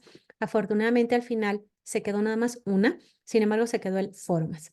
El procedimiento abreviado. A ver, esa es la figura más común utilizada en la práctica para concluir los conflictos. ¿Qué es el procedimiento abreviado?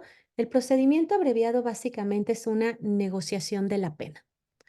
Sé que para los que estudiamos en el sistema anterior esto puede sonar muy fuerte, ¿no? ¿Cómo que negocian la pena? Bueno, sí, es una negociación de la pena, claro, con límites, con parámetros, legal, y que básicamente descansa en lo siguiente. Miren, esta figura del procedimiento abreviado le permite al Ministerio Público ofrecerle al imputado una pena menor a la que pudiera enfrentar en juicio.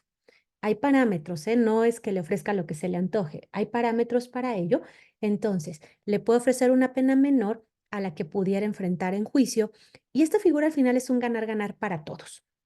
Es un ganar-ganar para Ministerio Público porque garantiza en la mayoría de los casos, en un altísimo porcentaje, una sentencia condenatoria con un mucho menor riesgo, por supuesto, de que le vayan a absolver, con una mucha menor carga de trabajo. ¿Por qué?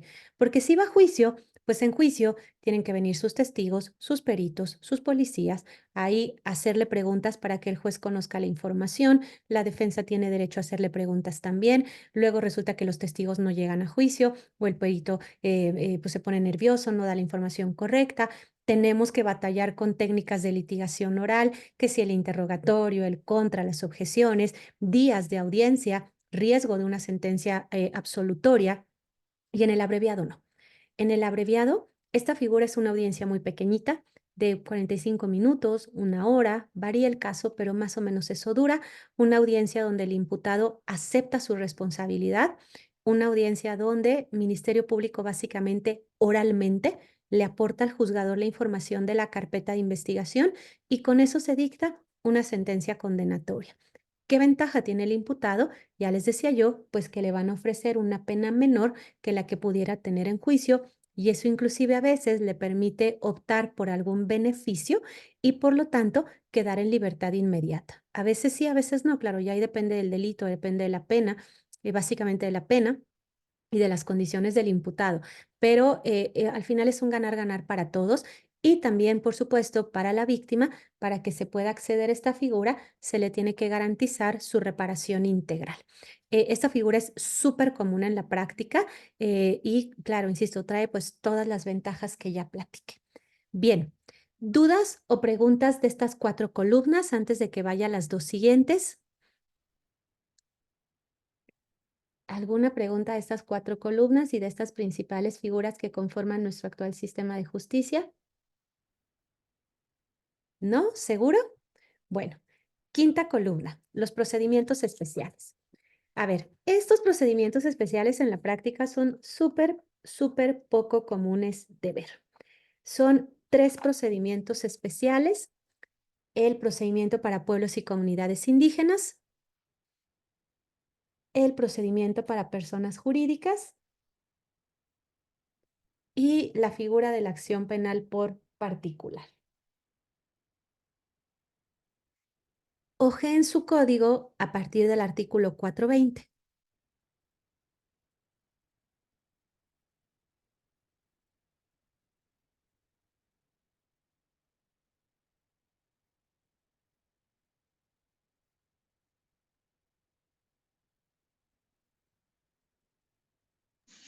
Por favor, puede recorrer tantito la diapositiva para ver las 2 últimas columnas. Claro que sí, recorrerla.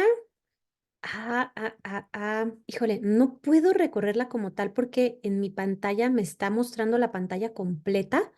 No sé si sea como algún diseño o por qué no la están observando ustedes completa. Quizá les sale la ventanita de las caritas de todos, que esa la puede usted mover, la puede tocar y la puede jalar para abajo o para otra esquina. No sé si ayudaría. Sí, gracias, muy amable. De nada. Entonces, a ver, procedimientos especiales, 3 procedimientos: pueblo y comunidades indígenas, pueblos y comunidades indígenas, procedimiento para personas jurídicas y acción penal por particular.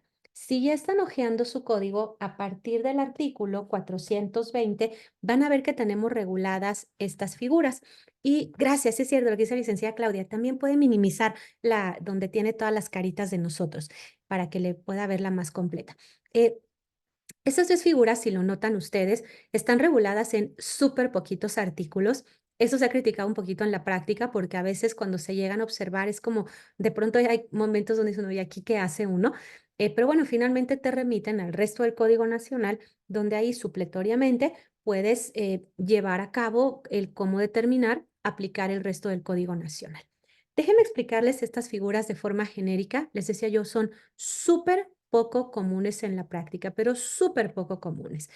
El procedimiento para pueblos y comunidades indígenas. A ver, este procedimiento permite que en ciertos casos, si el pueblo y comunidad indígena, este delito está afectando intereses específicamente del pueblo y comunidad indígena y quien cometió es parte de ese pueblo y comunidad indígena, se les permite resolver el conflicto entre ellos. Con sus usos y costumbres, claro, hay conductas que no podrían ir a un procedimiento de este tipo. Ejemplo, el catálogo del 19 constitucional es decir, de lo que todavía se conoce como prisión preventiva oficiosa. Si es un secuestro, un homicidio doloso, un feminicidio, obviamente ahí sí no se podría. Pero sí, por ejemplo, si es un robo, unas lesiones y está afectando intereses de personas del pueblo y comunidad indígena, se les puede permitir que resuelvan el conflicto entre ellos, siempre y cuando la forma de resolver el conflicto sea respetuoso de los derechos humanos, ¿verdad? Sí, porque si quieren resolver el conflicto, a lo mejor resulta que a la persona se robó unas vacas de otra persona de ese pueblo y comunidad indígena y la forma de resolverlo es que le entregue a su hija a raíz de las vacas que se robó, pues no, ¿verdad? No es una forma respetuosa de resolver el conflicto de los derechos humanos y por lo tanto no podría ser viable. Dos, el procedimiento para personas jurídicas. A ver, quienes estudiamos derecho hace ya algunos años, no tantos, ¿verdad? Pero algunos, cuando estudiamos derecho, yo me acuerdo mucho que teníamos un compañerito de este que era el que siempre hacía las preguntas que decía uno, ¿cómo se le ocurre eso? Y me acuerdo que cuando llevábamos derecho penal, le preguntó un día al maestro, oiga, profe, ¿y a una persona jurídica la podemos también llevar un proceso penal? Y el profesor le dijo casi le aventó el código en la cabeza, ¿no? Y le dijo que cómo decía eso, que cómo iba a ser posible, que eso no tenía lógica y sentido. Claro, por muchos años así lo vimos. Hoy, con todos los avances que ha tenido el derecho, hemos entendido que las personas jurídicas son sujetas de derechos, pero también de obligaciones, y que hoy a una persona jurídica también se le puede sujetar a un proceso penal. Porque además hemos descubierto cosas como, por ejemplo, para el tema del lavado de dinero, ¿no? Bueno, formalmente, operaciones con recursos de procedencia ilícita, pues las personas jurídicas se les usa muchísimo para eso, fraudes a veces, etcétera. Entonces, hoy hemos entendido que así como tienen derechos, tienen obligaciones y responsabilidades, y hoy a una persona jurídica sí se le puede llevar a un proceso penal. Claro, se tiene que adecuar porque sabemos que las personas jurídicas son una irrealidad del derecho, pero se les puede llevar a un proceso penal y sujetar a un proceso penal. Son figuras poco conocidas, poco usadas. Ha habido muy pocos casos en México de procedimientos para personas jurídicas, pero son figuras súper interesantes. Tres, la acción penal por particular. Hoy en la práctica tenemos acción penal pública y acción penal privada. La acción penal pública, por supuesto, es la que se lleva a cabo por parte del Estado, que directamente se lleva a cabo por el Ministerio Público. Pero hoy también existe la posibilidad de que la víctima diga, yo no quiero ir con el Estado, yo no quiero ir con el Ministerio Público y quiero llevarlo a cabo por parte de mi propio abogado. Esa es básicamente la acción penal por particular. El Ministerio Público es sustituido por un particular, por un abogado particular y es quien se va a hacer cargo de todo el procedimiento ordinario. Esta figura también es súper poco común en la práctica. Creo que primordialmente por dos cosas, porque esto solamente es viable para un catálogo de delitos muy pequeñito. Vean el 428 primer párrafo.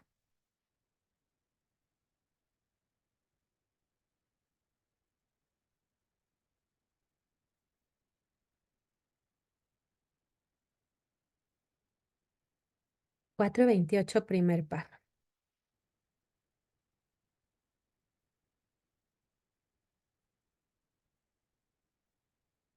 ¿Ya vieron que el catálogo es chiquititito? Delitos perseguibles por querella cuya penalidad sea alternativa, distinta a la privativa de libertad o que la punibilidad máxima no exceda de 3 años de prisión.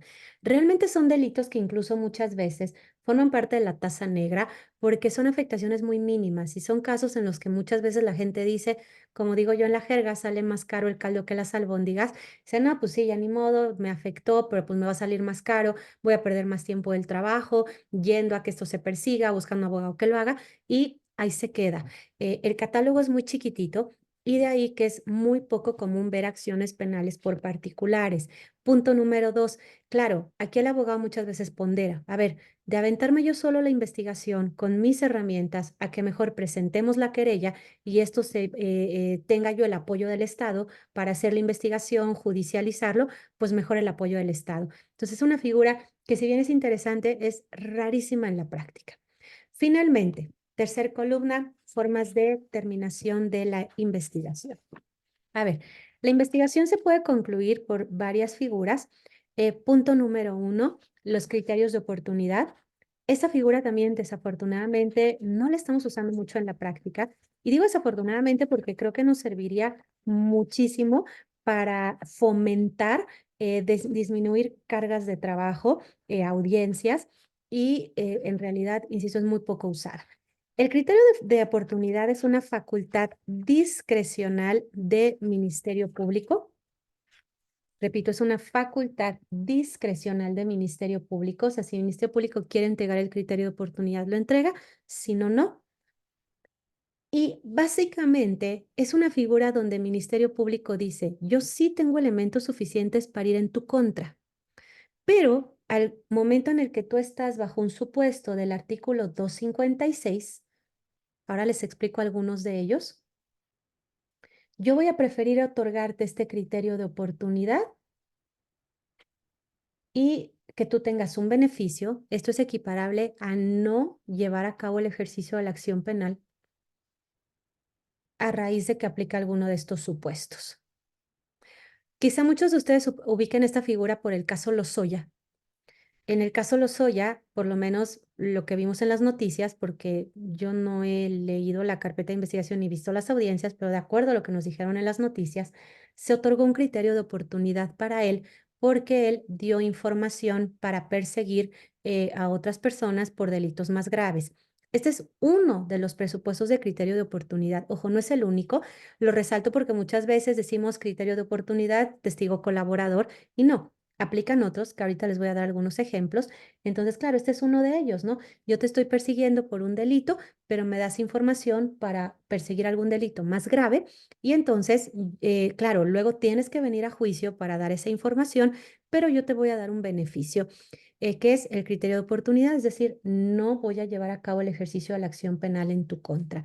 De todos modos, se tiene que llevar a cabo la reparación del daño, ¿eh? Ojo con ello. Les pongo otro ejemplo. De pronto tenemos personas que tienen un sinfín de carpetas de investigación, ¿no? El Chapo, por ejemplo, pues quién sabe cuántos procesos tenga. A ver, si ya logramos una sentencia condenatoria importante en contra de esa persona, pues no tiene sentido que sigamos persiguiendo y trabajando en las demás carpetas de investigación. Entonces, en los demás procesos se puede otorgar un criterio de oportunidad. Muchas veces solamente el Estado gasta recursos, tiempo, cuando la persona pues ya tiene una sentencia condenatoria importante por otra conducta. Les pongo un ejemplo. Yo trabajé un tiempo en la Defensoría Pública en Estados Unidos. Allá hay una figura muy parecida. Teníamos un imputado por un homicidio. Era un jovencito, muy jovencito, Mara, y se hizo un procedimiento abreviado por muchísimos años, creo que por 20 y tantos años, por un homicidio. Y tenía otro proceso por una aportación del arma, que la pena era mínima. Entonces, ¿para qué sigues activando todo el sistema de justicia si ya tienes una sentencia condenatoria firme por el homicidio? Entonces, por el arma se le otorgó un criterio de oportunidad y ahí se quedó básicamente ya por esta figura. Insisto, hay varios presupuestos, los tienen ustedes en el 256. Dos, el archivo temporal. A ver, hay ocasiones que las investigaciones se enfrascan, ¿no? Hay ocasiones en las cuales, por más que investigamos, esta figura la tienen, por cierto, en el 254, pues llega un momento en el que ya no hay por dónde, ya no hay a dónde avanzar, se enfrasca la investigación y entonces se envía al archivo temporal. Claro, si en algún momento hubiera información novedosa, se puede sacar del archivo temporal y seguir investigando. Y finalmente, el no ejercicio de la acción penal. Hay casos en los cuales Ministerio Público, luego de investigar, se da cuenta pues que no está yendo ya, no hay elementos suficientes para llevar esto frente a un juez y entonces decreta el no ejercicio de la acción penal, concluyendo de esa forma la investigación inicial. Bueno, estas son las principales figuras que conforman nuestro sistema de justicia. Como pueden ver ustedes, hoy tenemos muchas formas distintas de resolver los conflictos. Es muy importante que nosotros como abogados estemos conscientes de ello, las fomentemos, porque hoy el éxito de la justicia descansa básicamente en hacer un uso generoso y adecuado de estas figuras. Claro, hay casos en los que los conflictos tienen que llegar a juicio forzosamente y bueno, para eso está esta etapa, pero tratemos de que sea lo menos posible. Los sistemas de justicia hoy están hechos para que eso sea lo más excepcional. Claro, hay más figuras. Faltaría aquí, por ejemplo, entrar a los recursos, analizar, por ejemplo, el procedimiento para inimputables, etcétera. Hay más figuras, no son todas, pero creo que son las figuras más importantes. Para mí, les decía yo, hay 3 cosas que me importa mucho que se lleven de la clase de hoy, y la tercera cosa es justo esta conformación, que me ubiquen perfectamente la existencia de estas figuras, que me ubiquen que no es lo mismo solución alterna, mecanismo alternativo, formas de terminación anticipada, que conforma cada una de estas figuras. Ya luego verán, claro, las reglas especializadas, en qué momento procede, cuándo ya no, cómo, qué se tiene que hacer en las audiencias, en cada una de estas figuras, etcétera, pero que tengan clara esta conformación genérica. Bueno, nos quedan ya básicamente 2 minutitos para concluir esta clase. ¿Queda alguna duda o pregunta de lo que hemos platicado en la sesión del día de hoy?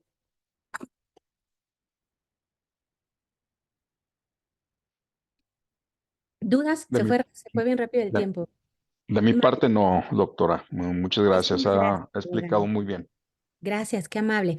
Tengo aquí un comentario.